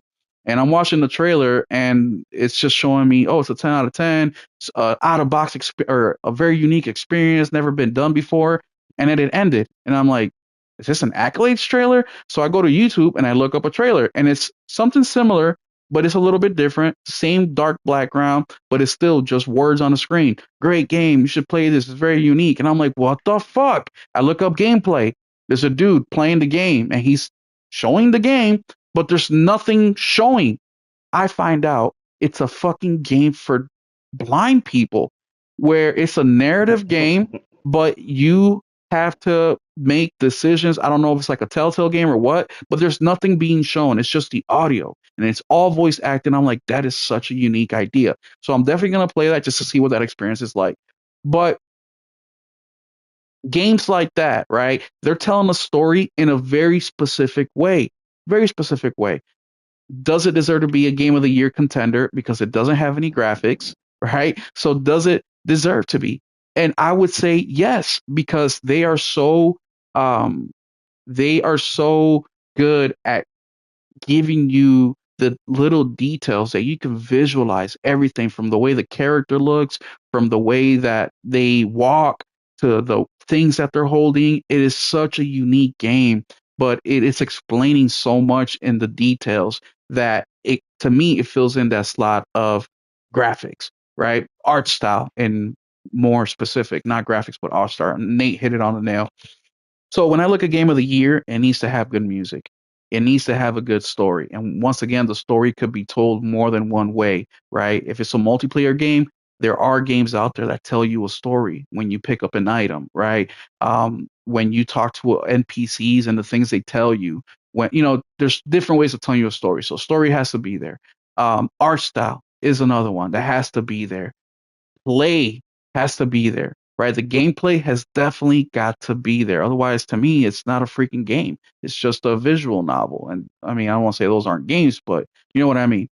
So those are some of the hardcore things, and I think those are things that when you're talking about game of the year conversation, it has to include those. Now, I know many people aren't like me, where gaming is my entertainment. I don't really watch many movies. I don't really watch TV shows because the way that I view things is why am I going to be invested in a 2 hour movie when I can get that from a game and I can be part of the story, right? The game's going to have the soundtrack, the music, it's going to have the visuals, it's going to have the story, it's going to have all the things and more that I can't get out of a movie or a TV show. So I rather invest my time in games. Now, if I have people around me socially, then I try to involve them in a multiplayer type of game or co-op type of game. If not, then we'll watch a movie, whatever, no big deal. Or if it's a great movie that everybody's talking about and I need to watch it, I'll make an exception. But either way, so game of the year is very important. Now that we all got our little descriptions of game of the year, let me ask you straight up. We'll start with Morgan and then we'll let Henry go. Do you think a multiplayer game like Ark should even be nominated for game of the year? Oh, What is up, you know, Thrifty? it's hard for me to, hey, Thrifty, it's hard for me to answer that one because I haven't played Okay, a Ark, so multiplayer, just multiplayer whatever. in general. Yeah. I mean, I remember back in the 2019 where Overwatch 2 won Game of the Yep. Year. That was a big controversy with that because people were like, "Why didn't Uncharted 4 get it?" Blah blah blah. But do I don't know. I mean, I'm not a live service gamer, so I don't care if like I'm like it wouldn't hurt me if I didn't see multiplayer games, live service games enter. I don't know. I don't know. I just feel like live service games are kind of their own thing. I think that's why they kind of had their own category in the Game of the Year awards. I just feel like they're just kind of like this thing that a group of people go and it's like part of almost a different world, like because you could look at a game like Fortnite, right, and see Mhm. like the how popular it is, right, especially after this like Simpson update, like it's like the talk of the town, right? But do Hmm. I think it deserves Game of the Year because of that? I mean, no. Maybe you know expansion of the year or yeah, DLC of the year. expansion or DLC, right? Like, and Hmm. it's not saying that Fortnite isn't a fun game because obviously millions of people love to play it every Hey, day, my son right? just re-downloaded this weekend for that Simpsons update, and I gave There him you go, $20 to buy the season right? pass. I thought So it looked cool. I was yeah. like, okay, they simplified essentially Fortnite. Like, it's got the Hmm. whole thing, right? And it's really cool. But like, I don't think that makes it, uh, you know, a Game of the Year kind of contender. And as far as art goes, I don't know. I just feel like there's just so many great games out this year. Like maybe if it was like a down year and we were like we had like 4 solid picks and we were like, I mean, we got to kind of find 2 other games. What else to put in there? Then yeah, sure, art can come in. But I don't know. I just as this is again, this is speaking from my personal opinion.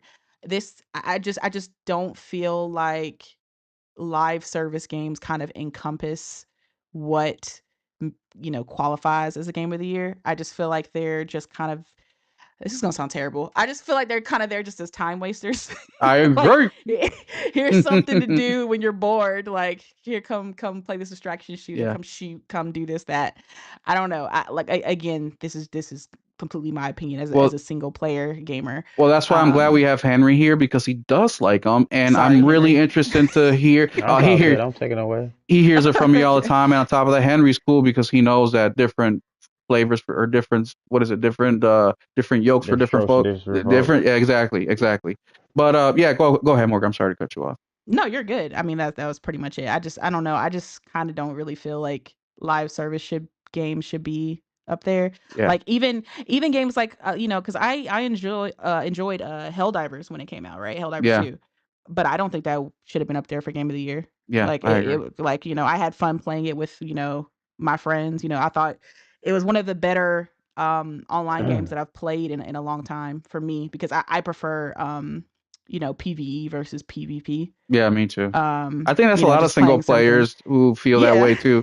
Like, yeah, we need the story. The story I makes a need the big difference, man. story. I just want to play with friends. I don't really want to fight. I just want to kind of play with friends against a common enemy kind of thing. And I had a good time on it for the couple months that we played it. But and even as the phenomenon grew with as how popular Helldivers 2 got, right, and the whole situation with that, I still don't feel like that it deserved game of the year. Shit, I got the Like, platinum for that game. oh shit, okay, Yeah, I see yeah. you. Well, Like, but put it on multiplayer of the year though. yeah. Well, what about you, Henry? What do you think? Should games of the year be able, or multiplayer games be nominated for games of the year? Yeah, like I said, like I was saying, if it's a game where it got the gameplay, it got the music, and it got that, it caused that cultural standstill type of situation, then yeah, it should be on there, because that's what I think game of the year is for, because Hmm. each and every genre got their own category anyway. Yeah. RPG of the year, you know what I mean? So to just say either because it got its own category or it's its own thing, I don't agree with, because everything is its own thing, and yet everything is in game of the year category together. Yeah. Now, I think what I think is, people, with the conversation as it stands right now, people already have in their mind a game they want to win game of the year, which we all know is Expedition 33. So when you Are they Memphis wrong for that? nah, because I think it deserves game of the year also. Hmm. But I think Shroud knew what he was doing when he said that, because I mean, Shroud don't give a fuck. I don't He know who he he he clip is. he clip he's like a ex pro CS:GO individual. He's a pro gamer, Okay. but he know what he's doing as far as farming clips and all that type of stuff, and he knew it was gonna get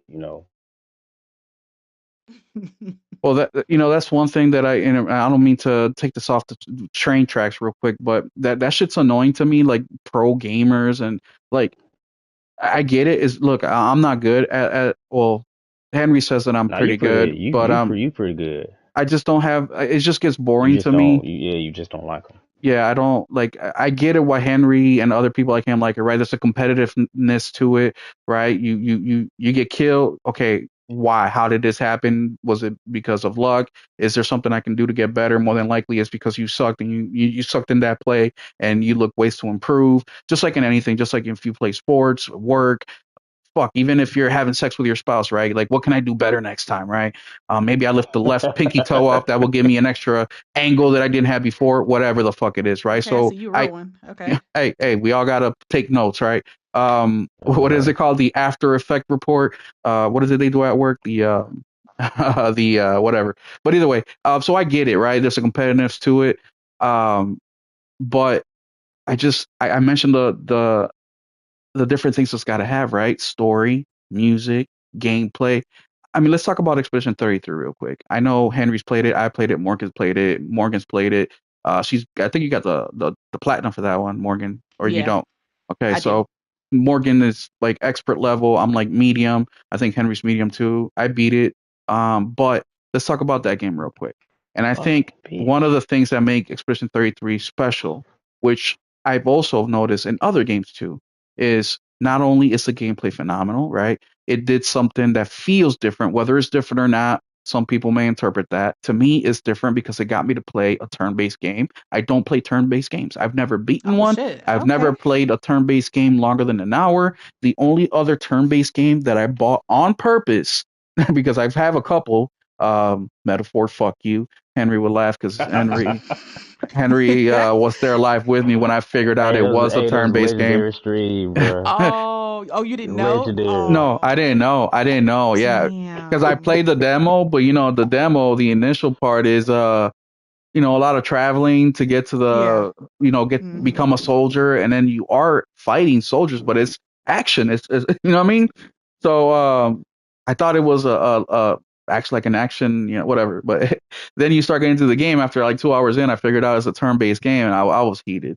But the only other game that I bought on purpose, knowing that it was turn-based, was Lunar, right? And I told you guys why I bought that. It's a game that my buddy, my neighbor, used to play when I was a kid, and I never played it, and I didn't want to. He would have gave me the controller, no problem. But I enjoyed the story, so I used to come home after school. We used to get some hot pockets or pizza rolls, and we'd go to his room, and he'd be playing. I'd just be chilling, listening to the story, and talking to him about shit, right? And that was a great time. So now that I'm an adult, and they're putting it out again physical. I was like, I got to get this, and I got to play for myself. So I bought uh 2 copies on accident. One, whatever, either way.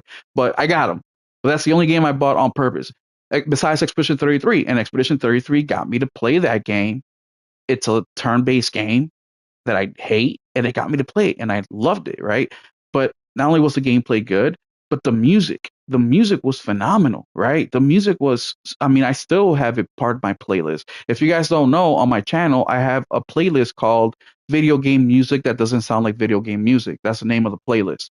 And I have a few Expedition 33 songs. Same thing with Cyberpunk. Cyberpunk, the music in that is fucking insane. It's fucking gorgeous. I love it. And when you start to add these little things, to me, those are games that are unforgettable. And Cyberpunk is another one of those that I absolutely love. Look at the soundtrack or the theme song of Horizon Zero Dawn. It's unforgettable. The theme song for Ghost of Tsushima, it's unforgettable, right? I can't say the same about Yote. Not saying Yote has bad music; it has really good music, but the theme song of Tsushima sticks with you. And there's a couple other games that are like that, where the theme song just sticks with you.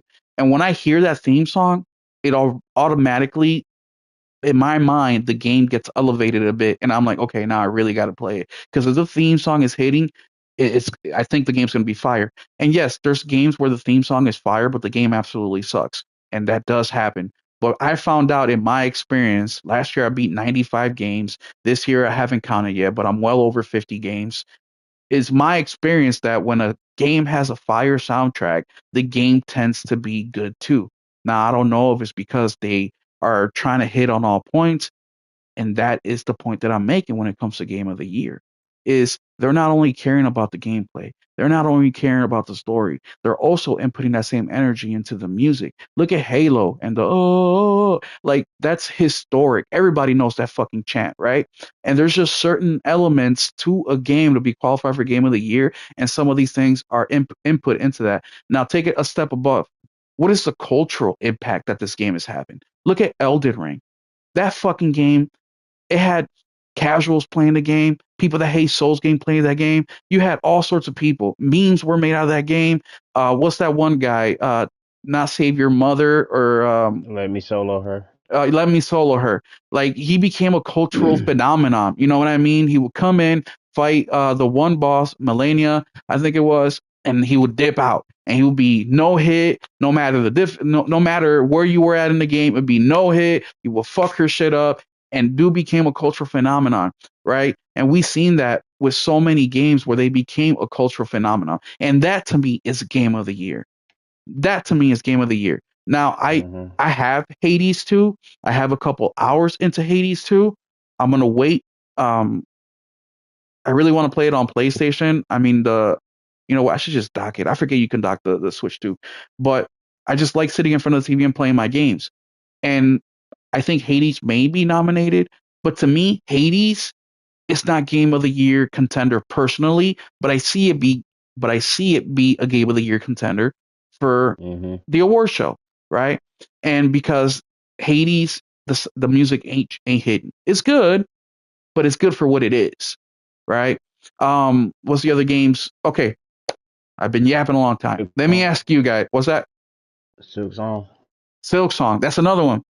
Yeah, the gameplay is top notch, but the story, I don't know. There's not much to it. It's a lot of combat. The music, it's okay, right? So that's another game that shouldn't win Game of the Year. Not saying it shouldn't be nominated. Well, for me personally, but outside from that, now that you guys kind of understand where I'm at and the Morgan and Henry are, let's go back to Henry. Henry, what are your games of the year? The games that you personally played that you think should be nominated if you were to run this award show? And then once you're done, I'll pass it to Morgan, and then we'll go to me. And then the flip side of that question that I'm going to ask you guys is, what games of the year do you think will be nominated? Right? And look, the cutoff is next week, so there isn't much that is going to come out that will be there. So, Henry, what are the games that you've played this year that came out this year? Whether it's one, two, or three, or maybe you have a whole list of games that have come out this year that you think are game of the year for you All right, personally. my personal number one is Hell is Us. That shit was hella good. We talked about it. You know what I Mm-hmm. mean? Yeah. Which, Um, by the way, not shameless plug because it's my channel, but plug, go check that fucking video out. Me and Henry have a one-on-one sit down and we talk about Hell is Us. I give him like a little interview about it. I played it. I didn't beat it. I played a couple hours of it, but go, that's a fire video, y'all. That is gamer on gamer conversation, and that is something I'm mhm. gonna continue. Morgan, I will be asking you for one of those on a specific game. I don't know what it'll be yet, but keep an eye out on your DM. But I'm sorry, Henry. Go Got check you. that. Go check that video out. That is a 1v1 gamer conversation, and it can't get better than that, y'all. I'm sorry, Henry. Go ahead. No, you good. You good. Um, Hell is Us. Tales of Iron 2. That was my pick up until I bust down Hell is Us. Mm-hmm. And Dying Like the Beast. That was hella good. That would be my three because a lot of the games I played this year weren't they didn't release this year, Mm, but of this year's releases, then that's my personal your personal one. uh yeah, my top three All right. twenty Bet. twenty 2025 of the Henry Game Awards, Henry Head Game Awards. Fire. What about you, Morgan? What will be your couple, or if you have a full list, go ahead. Yeah, 2025 has been crazy, so I actually have a longer list than I usually do. As far as my number one goes, I've been having this internal battle between two games, and those games are Expedition 33 Mm-hmm. Mm, and Kingdom Come Deliverance 2. Mm. Right? Those two games have been fighting out for number one, for me personally. Two amazing games that I played this year, and I've platinumed them both. So I love both of those games. But then in no particular order, the other games that are my game of the years are Ghost of Yotei, Death Stranding 2, um, Split Fiction. I think there was one more. I can't remember. No, I think that was it. Yeah, That was it for you. All right. yeah. I'll go ahead and give my list real quick, and then we'll get to the other side of Oh the. wait, I'm sorry. Dispatch. I'm so sorry. Dispatch is Dispatch. yeah. There Yeah, we I go. was one. I'm like Dispatch. Like I figured you would have had that on there. All right. For Yeah. me, personally, I have hold on, I got it written down here. So Expedition 33 is one of them. It got me to do something I don't normally do, and that is play a turn-based game. Then all the things I mentioned, the soundtrack, the art style, the story, it's just a complete game for me. The only thing that's really missing, it doesn't need it, but because you guys know that when I call a game complete, it means that it has a single player campaign, it has a multiplayer side to it where there's PvE, PvP, and then it's got some a co-op functionality to it, right? That's what I normally mean when it's a complete game. mhm. In this aspect, what I mean is a complete game, it hits on all the levels that I love. The story, the music, the gameplay, the art style, right? Graphics, all that. My only fault with Expedition is the Unreal Engine 5. I don't know if it's a developer issue or an engine issue, but there were some like little cloudiness to the game that I didn't really like too much. But everything was so good that I completely forgot about it. So that's my number one. The other one is The Precinct. That is a game Yep. that That I music was hitting, Okay, boy. okay, I yeah, see you. I love that game. I haven't That was platinum. good. Yeah, that game is fire. I haven't platinum the game yet because I want to do a second playthrough, which I think you need for the platinum anyways. But I want to do the other choice for the second ending. And anyways, I just loved it so much. I just been so busy with gaming this year that I haven't been back to it. But that's the second one. I really really recommend that. It's got the Diablo style kind of camera, or is it top down, Asymmetric. asymmetric, Mm-hmm. kind of like the first GTA ever made. It reminds me a lot of that. So that's number Jumping over two. cars. I enjoy doing that. Yeah, Yeah, jumping that over was cars. good. The other one that I have here is and then after that I'm gonna give some honorable mentions, some good games I just don't think should be game Baby of the year. steps. I know that was your Oh top game. my goodness, fuck that motherfucking that fucking game, bro. I swear to God, shit pissed me the fuck off. Um, Another one is Neva. Neva Mm. is for me a big contender. The art style is without saying, it's just gorgeous. But they definitely elevated from Gris. There's actual combat in this one. Not saying Gris was terrible. It's all puzzles. This one it is puzzles as well, but it has some combat, and it just took the game to a next level. So much so that I think I don't want to go as far as saying a casual, but if we're talking about the hardcore gamer, the casual of those hardcore gamer can get into a game like this and really, really enjoy it. Not saying a casual couldn't. I'm just saying most casuals don't. They play the 2Ks and the GTAs and shit like that. But that is another one. And that is it. Is that it? Yeah, that's it. Next, I want to talk real quick about some games that were great. They just didn't hit on everything, whether the soundtrack was lacking, whether the story was lacking, or something like that. But number one that I have here is Donkey Kong Bonanza of the games that I beat.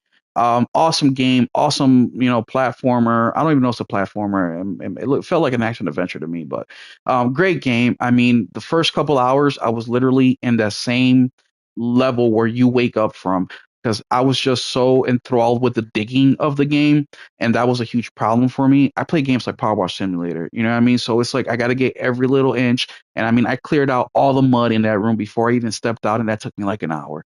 And that game is that immersive. It got to the point where I'm like, you got to do the story, dude. Otherwise, you're gonna be here playing this fucking game. But so unique to what Donkey Kong is known for, and the only reason I don't give it a Game of the Year nomination is because the story was complete garbage. And I don't want to say that it's garbage because it is a Donkey Kong game, because that's not an excuse. I think you can make something as simple as you're saving the princess a phenomenal story. We saw it with the revenge stories of numerous games. Revenge ain't new, but you can put your own twist to it. That's one. The other one is Mafia: The Old Country. That one I really really Mm-hmm. love this year. Yeah. I love the story. I love the music. I love the art. I mean, I love the voice acting. That's something too that the voice Mhm. acting is another element that I you can add to the game of the year conversation. It's just a game doesn't have to be awesome to have voice acting, but a lot of the times it doesn't hurt it. I said a lot of the times, not all the time, because there is voice acting out there that definitely hurts it. And it's like, my guy, just leave the voice acting out or do Chat GPT. Use AI. I'm against it normally, but use AI because old Bob you got from down the street ain't fucking cutting it. So that's another one.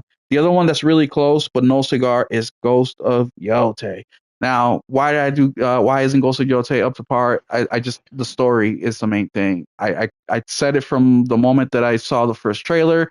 There just wasn't enough elements of the revenge story to do it for me. Yes, they did some cool things in there, especially with a couple of the characters that become part of like your crew per se, that help you go after the Yote Six. But it just didn't feel enough for the same revenge story, especially when we got Assassin's Creed Shadow this year, which was a similar kind of story.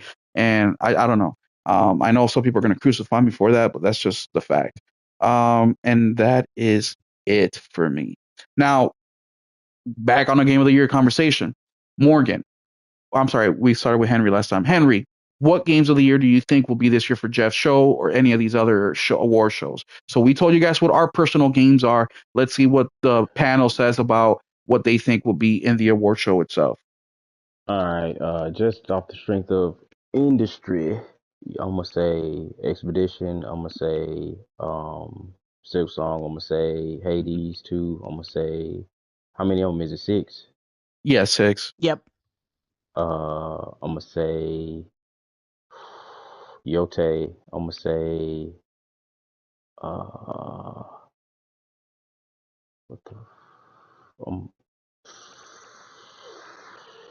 Outer Worlds 2. Gotta throw Xbox some slack. Yeah, Donkey Kong. Am I 6? I should be at 6. yeah. What about you, Morgan? Yeah, this is a hard year. For me, I'm gonna say Hades 2, um, Silk Song. Like I feel like these are the two indies that are just kind of taking over the conversation in gaming right Mm-hmm. now. Expedition 33, who I think will end up being the overall game of the year. Mm-hmm. Yeah. Split Fiction, hopefully. I hope they Mm-hmm. don't get left out because I really enjoyed Split Fiction. Yeah, And of course, you gotta throw Nintendo something. So I think Donkey Kong's gonna be up there because if they don't, we won't hear the end of it from yeah. the Nintendo folks. And then Death Stranding 2 because it's It's Kojima. Kojima. Absolutely. Jeff and Kojima. You gotta, Yeah. Oh yeah. slob on that Yeah. for a little bit. I take. You're gonna say something, Henry? Now I was about to say I was gonna take. I'm gonna take Outer Worlds Outer 2. Worlds I out. throw that. Yeah. Kojima. Yeah, and I'm not even gonna say mine. You know why?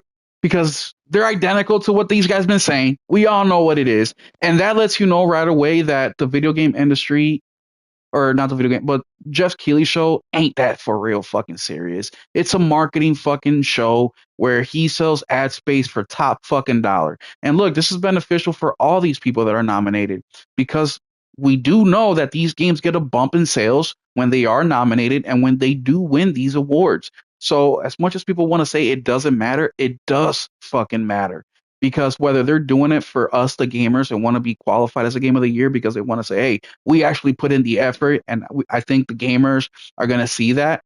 Or they go the route of we need to get nominated so we can get a bump into sales at the end of the year for Jeff's show. Whichever route they want to take with making this game, it does fucking matter. It does matter. Now, nobody here said, I don't think Henry even said for his personal neither, a live service game. Did you, Nah, Henry? Oh, nah. It was too many. Too many. Like I said, I'm not opposed to a multiplayer game being up there, but for this year, it's just too many. It was too many certified hitters. too many. Too many. Yeah, for Art Raiders to be up there, and I don't even think Art Raiders is shooting for multiplayer because Night Rain came out this year. Yeah. But so multiplayer game of the year gonna have some hitters up in there as well. But yeah, nah, it was too many hitters dropping this year to spin a slot on that. Too Yeah. many deserving games, you know what I mean? Because it wasn't no throwaways really. Nah, I mean, that's just the big games. We're not even talking like RoboCop has that expansion this year. That was really freaking good. I talked about Neva. That was a really fucking good Hmm. game. Power Wash Simulator is another good one. I mean, they did what is it? Bigger, better than the first one. Power Wash did that. Hmm. You don't see that in the discussion. And for people to say, "Oh, who cares? It's a simulator." Yeah, but this game pulls in numbers. I mean, the first game sold, I think, was 3 million or 5 million, something like that. They're fucking pulling in more numbers Mm-hmm. than fucking Xbox first party games over here. You know what I mean? So don't Oh dismiss man. them. We had some bangers. Silent Hill F. That was a phenomenal one. I know some people don't like it. They say it doesn't feel like your traditional old Silent Hill game. I liked it. I beat it. I got the first ending. I'm planning on going back, but that's a game just like Silent Hill 2 that I played over years. It's not something where I try to get every single ending right away. I play that over years, and that's the thing that I appreciate about those Silent Hill games. Then Firefighting Simulator Ignite came out this year. It's another game that I really like. What else? I mean, there was just Sword of the Sea. That's another one that we didn't even talk about. Yep. That got high Metacritic. Mhm. Everybody loved. It looks phenomenal. The music is great. the story is being told differently, right? There's really not much words coming out, but you can understand what is happening. And that's what I mean with the story. You don't have to be there and give you an encyclopedia of words to tell you the story, right? You can do it in different ways. Sword of the Sea does that. But we have Mafia of the Old Country, Metal Gear. I mean, there's the list goes on and on and on. And as much as people hate on it, I'm excited for the Game Awards. How do you guys feel about the Game Awards? Morgan, is that something that you watch every year? You don't? What do you think about the Game Oh Awards? yeah. I mean, yeah, I care about it to the extent of like I care for the announcements. Hmm. Like I usually I'm not one who like gets really personal or gets really upset when a game that I feel should win doesn't, because a lot of Oh, the me times the neither. games Yeah. that I consider game of the year are half the time not even nominated, right? Yeah. They're just brushed off. They don't even care. And that's fine with me. Like, cause my game of the year for 2022 was Octopath Traveler 2, and I knew that wasn't gonna get nominated. One, there's not enough people playing it, and two, it's like a smaller, pixel art turn-based game, right? It's Yeah. not something that gets on the zeitgeist of many gamers. So I knew it wasn't gonna get nominated, even though it was my personal game of the year, and that's fine. Like I don't get upset about that kind of thing, but I do like watching it for just for the fun of it, see who's there, see who wins. And of course, like I said, to see the announcements of new Yeah. games and the world premieres, right? World Even though premiere. sometimes they're trash, but hopefully, a lot of times they're good. So, I like going for the camaraderie, just watching it Yeah. in the, with people in the Discord and, chilling back, it's our Oscars, right? Like Yeah. Literally. so that's yeah, so and that's why I just like watching it with friends.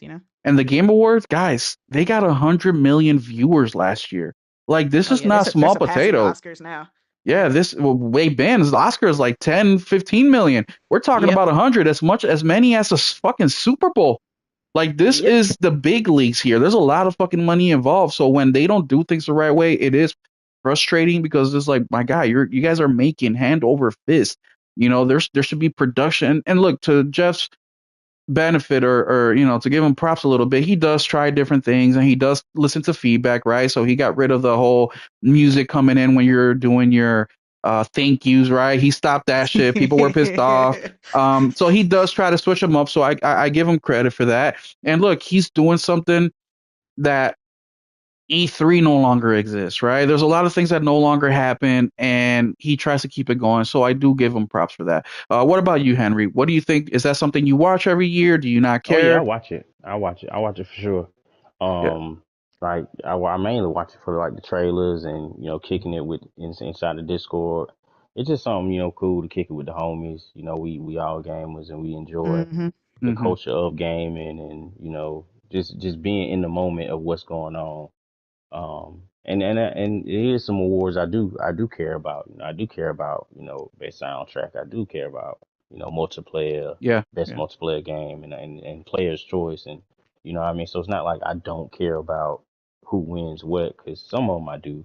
I Yeah. don't put as much stock into like the main game of the year, type of deal. But no, it's a good time. It's a good time, and we all give off shit, because it's fun. We just having a good time. But he doing some big things in the gaming community as Yeah. far as what he's able to do with that show. It's a huge show, and like y'all say, man, it's you know Oscars and huge things that's been around for centuries ain't pulling the numbers. They got way more famous people, and it's not able to really compete numbers wise. So it's a big deal, Yeah. and each year it gets bigger and bigger. So he doing something right. Absolutely. Yeah, man. It's a good time. It's coming up. I think it's in the end of the month or December, early December. I think the I cutoff is think towards the end of December, the month. right? Yeah. But it's a good time. If we might be able to stream it on the Discord, I got to get with the boys. I think RPG may be able to stream it from the Discord. If it does happen, we'll all hop in there, have a good time. I mean, I think it was not last year, but the year before, we just hopped on a PlayStation party chat, and we can fit 15 people in that motherfucker. So, I mean, it's just a good time. Talk with the boys, see what happens, the announcements. It's exciting. It's exciting stuff, man. It's the passionate Hmm. hobby, or it's the hobby that we all are passionate about, and it's just good to hear information. And look, there's so many developers out there and publishers that wait to one of these award shows, whether it's Summer Game Fest or Dice Award or something, to make some huge announcements. And when they don't, we sit back and question, like, where was PlayStation this year? Where was Nintendo? Where, we ask these questions because this is the Super Bowl of gaming. But that is all we have for y'all today. We are going on about 2 hours. I think it was a great conversation tonight. Thank you guys for showing up. Morgan, is there anything else you would like to talk about? Henry, anything else you guys would like to discuss before we take off? Nah, I'm actually with you. Yeah. Appreciate you like having me on, man. Yeah, like I said on the last show, play your games because those wrap ups are coming soon. A lot of people are gonna get exposed. Yeah. So put them hours in. You got a little bit of time left before like I said, the wrap ups are before they show up. So better get those hours in. Hey, that's why I say you're probably playing way more than your favorite YouTuber. You know what I mean? And it's not that's an issue, right? I've been saying this for years now. Whether you play 1 hour on mobile or you 5,000 hours on PC, to me, you guys are all gamers.